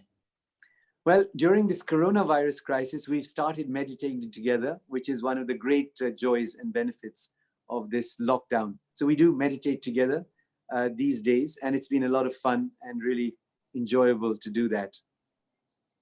So that is something that you have in common with many of our viewers who are tuning in today. That's meditation. Can you tell us a little bit more about that journey with meditation? You know, when did it start, and how has it helped you in you know, in your professional and personal life and in your leadership journey? So my mother has been a very spiritual influence in my life. And when I was very young, she taught me to pray every day, even for 5 minutes or 2 minutes every night. And that started with some kind of meditative practice, you might say, however nascent and seed-like it was. And then that grew through my school days, through my college days. And then I did the Vipassana, 10-day silent meditation under the guidance of Goenka Ji in Igatpuri many years ago. Again, my mother was critical in that influence. We asked her what we could give her for her birthday, and she said, 10 days of your time. And she took my brother and I to Igatpuri, and we sat for 10 days in silence, all three of us, and meditated. And so I think she's been a great light to us. And to me, meditation is a very important daily practice, just like doing some exercises, just like eating one's daily food is, just like sleeping every day is. I think it's a very important daily practice which everyone should do. It doesn't have to have all the connotations of religiosity to it, because that's what I think puts people off at times. It's really a spiritual journey. It's a journey of cleaning the inner world, of looking at the inner world. There's some great, I feel very blessed to have been born in India, which has been, I would call it, the Bell Laboratories of spiritual experimentation on the planet. We have great teachers in all these techniques of meditation for centuries. And unfortunately, I think all that treasure lies buried beneath our feet, and we don't excavate it. I've been reading Swami Patanjali's Yoga Sutras quite intensely for the last year or two. Again, I read it many years ago. But honestly, every single sutra there has so much depth that you could almost write a book about every sutra. It's so deep and so much wisdom. And so I think meditation for me has been a critical part of my life. And actually, it's not about doing it just once a day. It's about trying to be in a meditative state as you live your life. And that state is a state of just awareness, of inner awareness of your inner world. It's like being, just like in the external world, we're aware. When we walk, when we work, we're aware of our external surroundings. I think meditation is about just being aware all the time of our inner world. Are we being kind? Are we being compassionate? Are we being angry? Are we being fearful? All of these things which seem so obvious, but we don't do them. And these things then accrete, build up, and over time come out in reactions that are not normal in terms of a wise and enlightened soul. Thank you for that, Shiv. I really,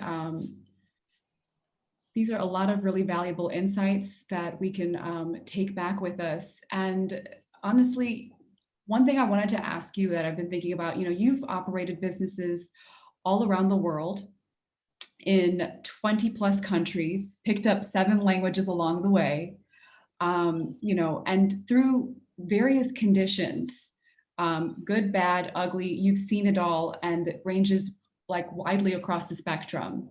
You know, and I've heard some stories, and I just, someone who's gone through a number of adversities, you somehow still seem to remain eternally optimistic and I don't know, still idealistic in some way. How do you keep that alive? How do you do that? I hate to sound repetitive, but I don't actually take all those things in the external world as something that has I haven't taken it too seriously because I take my inner world more seriously. And so the external world is something that is there and we are all involved in it. We have to go through the ups and downs of that world and we have to do it to the best of our ability. It's a bit like, those are the challenges that life has put to us. And I don't think any of that should really affect one's inner world and inner balance in any way. We're alive. We don't ask our heart to beat. It beats for us. We don't ask our lungs to breathe. They breathe. We don't ask our kidneys to function. It functions. They function, etc., etc., etc. So we have so much to be grateful for. Just to have life, to be grateful for that life is much more important than the things that happen in the world around us. And of course, one has to be responsible and do one's work and keep balanced. And there are many people that rely on us, people who work for us. We have to make sure that they earn their salaries and the business stays alive. And we have to be involved in that world. We have to engage in that world to the best of our abilities. But beyond that, I think we have to leave it to the divine and hope that that everything will be taken care of. The world, the universe operates without our intervention, right? Planets don't bump into each other. Rivers rejuvenate, oceans function. I mean, we mustn't overemphasize our own importance in what goes on.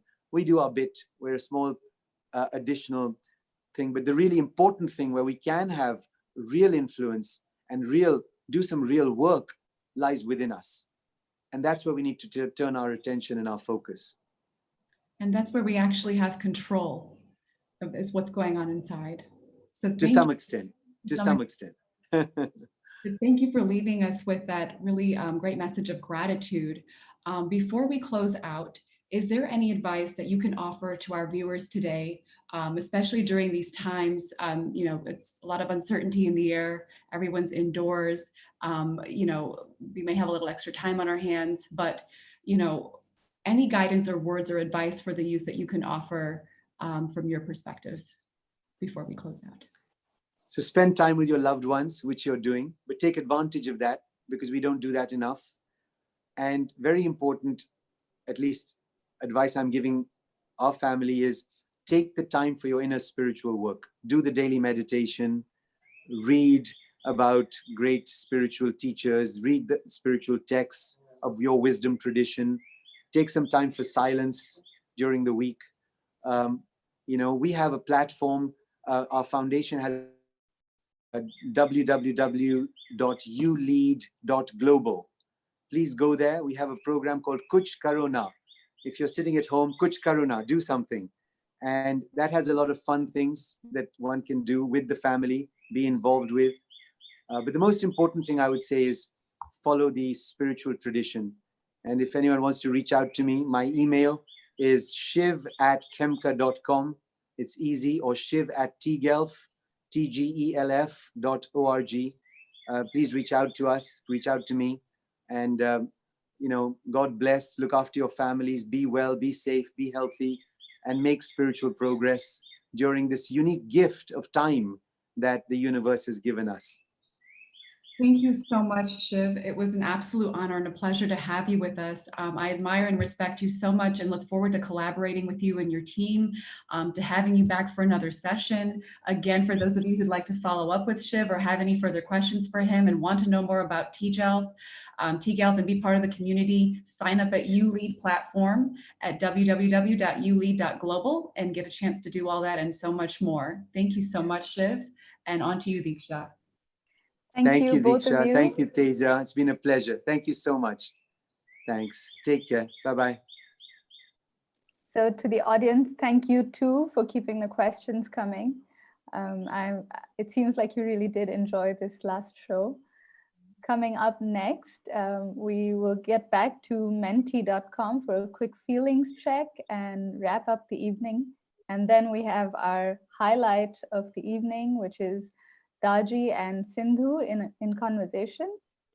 So Daji's session will start at 7:30 You have around half an hour. We'll first do our mentee quick poll, and that should be up on the screen sometime soon. Thank you again, Shiv. Thank you so much for your time. Thanks a lot. Thank you. Bye-bye. See you all. Take care. That was excellent.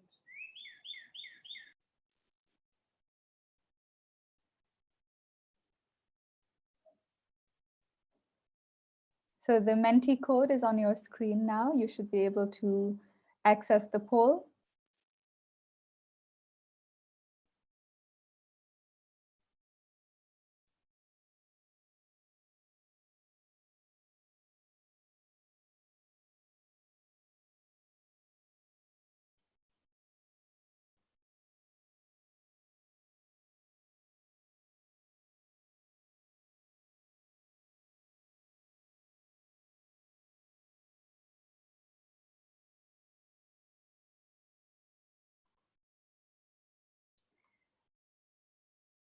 The correct Menti code will be up on your screen soon.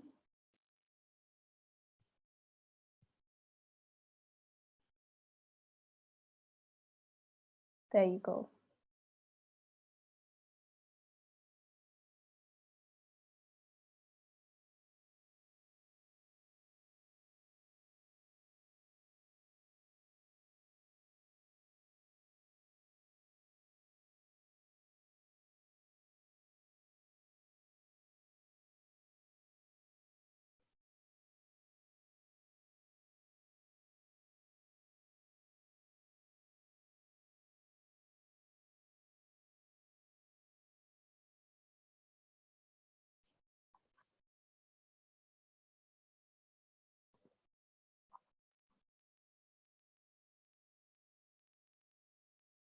All right, let's look at some of the responses as they are coming in.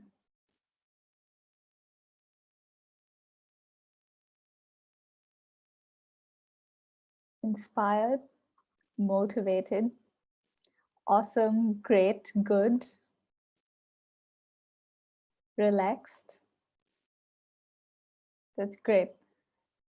I see mostly positive things. I actually do not spot anything. Not awesome. Somebody feels not awesome, which is completely all right.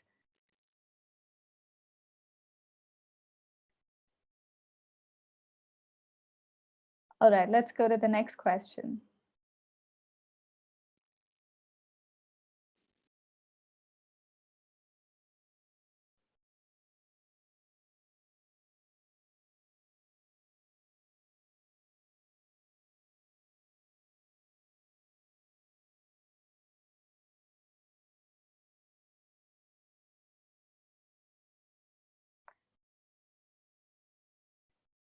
Okay, so that was it. We just did a quick feelings check and we're done with today's main conference sessions. This session with Daji and Sindhu will be streamed to a larger audience, but it's addressing the Youth 2.0 agenda. So the theme of this session is bouncing back because we're all facing a huge challenge today. And how do we handle this challenge? So we'll be hearing from the champion badminton player, Sindhu, and Daji, as you might know by now, is our global heartfulness guide. So we'll see you back at 7:30 p.m. Thank you.